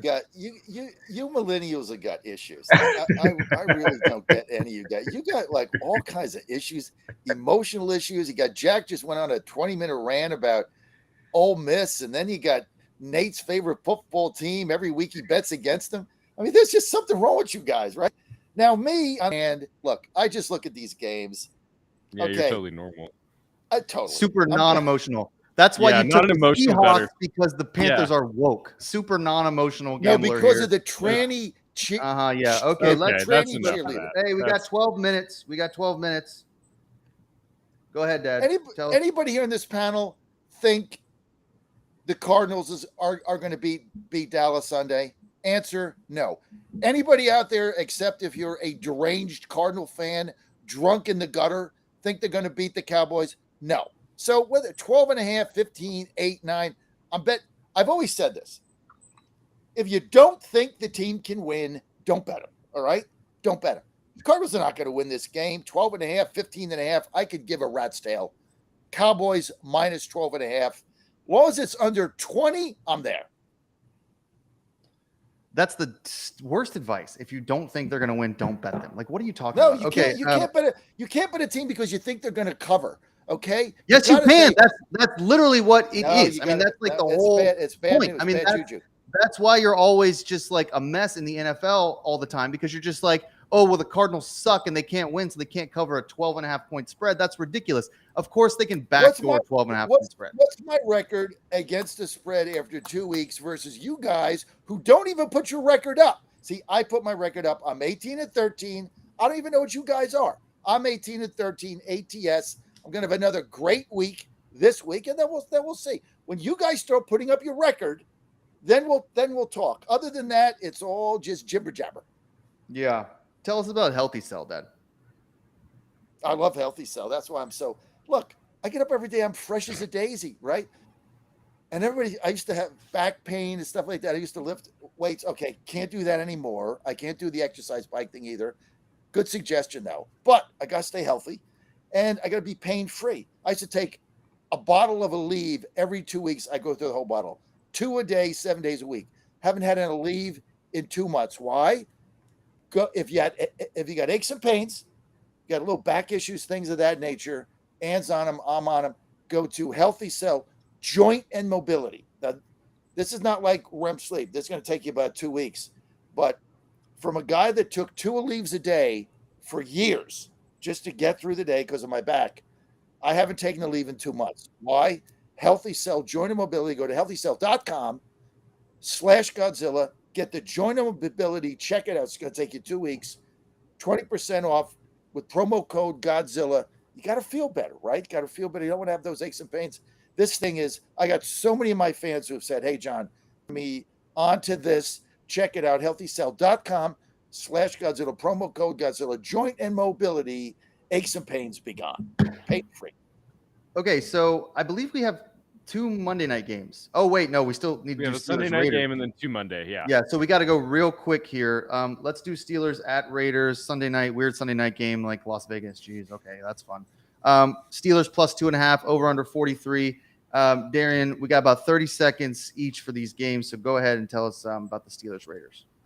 Yeah, for me, I'm not a big fan of the Steelers right now. I just think that they're struggling on offense. Look, they have 2 offensive touchdowns, up until this point, right? So I think that they're struggling to put points on the board. I'm taking the Raiders here because I just feel like the Steelers are still trying to figure it out on offense. They can't score the ball. Defense, you're not really going to know what you get week 1, laying a dud, and then coming back and rallying against the Browns. I don't know what you're going to get with the Steelers D, so I'm going with the Raiders. Dad, Pittsburgh native. What do you think? Pittsburgh plus 2.5. Mike Tomlin underdog on the road. Raiders just aren't that good of a football team. Give me the steel curtain with Tomlin plus 2.5. Nate, we always talk about the Tomlin cover machine, but I don't know. Kenny Pickett's not very good. What do you think? Yeah, I mean, I think that a lot of our Mike Tomlin cover machine were predicated a lot on Ben Roethlisberger in retrospect. And maybe some other good backups. But I still think the Steelers are probably the better team here. So that's kind of where my head's at. I'm just not a Raiders believer. They just don't look like a good football team to me. I mean, the Steelers have problems, but, their defense is good. It's good enough to keep them in a game. So I like the Steelers here. Yeah, I kind of like the over-under 43. I think this game might be kind of a sloppy one. I might go under at 43 there. Okay, Monday night, first Monday night game, Philadelphia at Tampa Bay. Tampa Bay's kind of been pretty surprising. I believe they're 2-0. Philadelphia, of course, is Philadelphia. Eagles are -5. This game could be -14 if the Bucs had started the way a lot of people expected. We'll start here with Dad. Philadelphia, you love Philadelphia, -5. You like that number? Yes, I'm going with the Eagles. Forget about it, okay? Baker Mayfield. I want to give you a break, man. This game is going to be an absolute blowout. Tampa Bay hasn't played anybody. Eagles come to town. Have a nice night. See you later. Blowout. Eagles -5. Blowout. Darian, is it a blowout? I think it's going to be a blowout. Look, I don't think Baker's really proved anything in these last few games. You're really going up against a real pass rush in the Eagles defense, really going to give him problems. He's going to be running for his life. And you can make the case for the Bucs receivers, but he has to have time to throw the ball. I like the Eagles here. Lock it in. Nate, you got a lot of love for the NFC South. You're just except the Saints, who you hate, but everyone else, you got a lot of love. Is there some love left for Tampa Bay on this Monday night game? There is. I think that it's mostly okay. So at 5, I don't love it. If this moves to 6, then I like Tampa a lot more. My reasoning is basically that Tampa defends the run pretty well. At least they have so far this season. That's really all Philly does well. And Philly's offense, like I think that Philly's going to be good, but they haven't looked incredible yet. They seem to be struggling a little bit as they sort of work new coordinators in and everything, as it goes in the NFL. So, I think Bucks plus 5 is if I have to, but I'll probably wait till plus 6 or like not actually play it. If I'm just betting it in real life. Yeah. I don't know. It's going to be a weird Monday night game. It could be a blowout, but I don't know. It's just, I think, Darian, you're right. I mean, the Baker Mayfield thing, I don't know, man. I mean, it's Baker, right? Like at some point he's going to do what Baker does, and he's going to throw like 900 interceptions, and then we're going to see their backup by like the third quarter because, Baker did that thing he did where he just imploded in a big game. So, we'll see. But I wonder if the Eagles are that good. So hard to know. Okay, I'm glad we saved about 4 minutes for the Rams at Bengals because I love this game. If you had told me that I would be more excited for the Rams at Bengals than anything else in week 3 at the beginning of the season, I would have told you you are nuts, but I love them. Look, the Rams, this is my team now. Big Rams guy, plus 2.5. How can you not love that spread? Rams have been on fire lately, I think. Bengals don't look that good. So I don't know. This spread could be -7 if things had gone a little differently, -12.5 maybe. We'll start here with Dad. Rams at Bengals. You like that? You like the Rams here? I'm a big Rams guy. I don't know why there's 2 Monday night football games. That's pissing me off because I sit down and watch a Monday night football game. I got 2 friggin' games on. I mean, it's just annoying. Like, which game am I going to watch? Then we're flipping channels. I don't like the whole thing. And one game starts at 7, the other is 8. I want one game. Okay. Having said that, whatever. The Bengals 0-3 here at home. At some point, the Bungles, Joey Burrow is going to get off the mat. I mean, LA smoke and mirrors. I'm going with the Bengals -2.5. Darian, I'm telling you, man, I'm a Rams guy. I think they can pull the upset here. I think they can too, but I like the Bengals here, and here's why, right? I think that they're one of the 0-2 teams. Like, everyone has a lot to prove, right, out of the 0-2 teams. They know that if they go 0-3 here, it's very slim chances of them making the playoffs. We know they're not going to win the division this year. They're already down 2 losses in the division. I think this is a big bounce back game. I think that they figure it out right here at home. The Rams, I don't like the LA teams, and when they got to travel away from the West Coast. So I like the Bengals here as a way to, a statement win to really show the league like, hey, the Bengals are still a viable team. I'm taking the Bengals on this one, even though the Rams are looking really good, on offense. Nate, I'm telling you, it's all about the Rams. I don't think it is. I mean, I think that if you're gonna bet the Bengals, do it now before they announce that Joe Burrow is going to be starting, because I think this line probably moves to -3 or 3.5 if Burrow is cleared. It looks like he's trending that way. I mean, a calf injury isn't a crazy injury to recover from. It looks like he's throwing a little bit. So I think if you're going to bet it, take the Bengals now. If you do bet the Bengals now and then Jake Browning starts, then don't get mad at me because I don't want to put any money on Jake Browning. So I don't even know who Jake Browning is. I know he's their backup, but I don't. Yeah. Backup, University of Washington guy, number 3. Oh, okay. Oh, nothing wrong with the Huskies. Son of the Central Valley from Folsom. Yeah. Oh, okay. Oh, he's a West Coast guy. See, yeah, I mean, again, he'd be a great backup on the LA Rams, I think. So maybe he'll back up Stafford one of these days. Okay, so that's the NFL schedule. Rams, that's my best bet of the week here, +2.5. You guys are going to be crying next week when they win this game outright. We want to thank Darian Kelly for joining us. He does some great work with us for social media. Also works with the Jersey Sports Network. You can find him on X, Twitter, I guess now X at DK Sports 410, right? DK Sports 410. Absolutely. We want to thank Dan Angel for joining us for college football, and James Tillman III, our resident Bears fan, for joining us for the NFL. We will be back next week with some more picks, college football, NFL, as always on the Godzilla Wins Sports Picks Show. We want to thank everyone for listening. Have a fun and safe weekend, and we will see you next Saturday. Titans plus 3.5.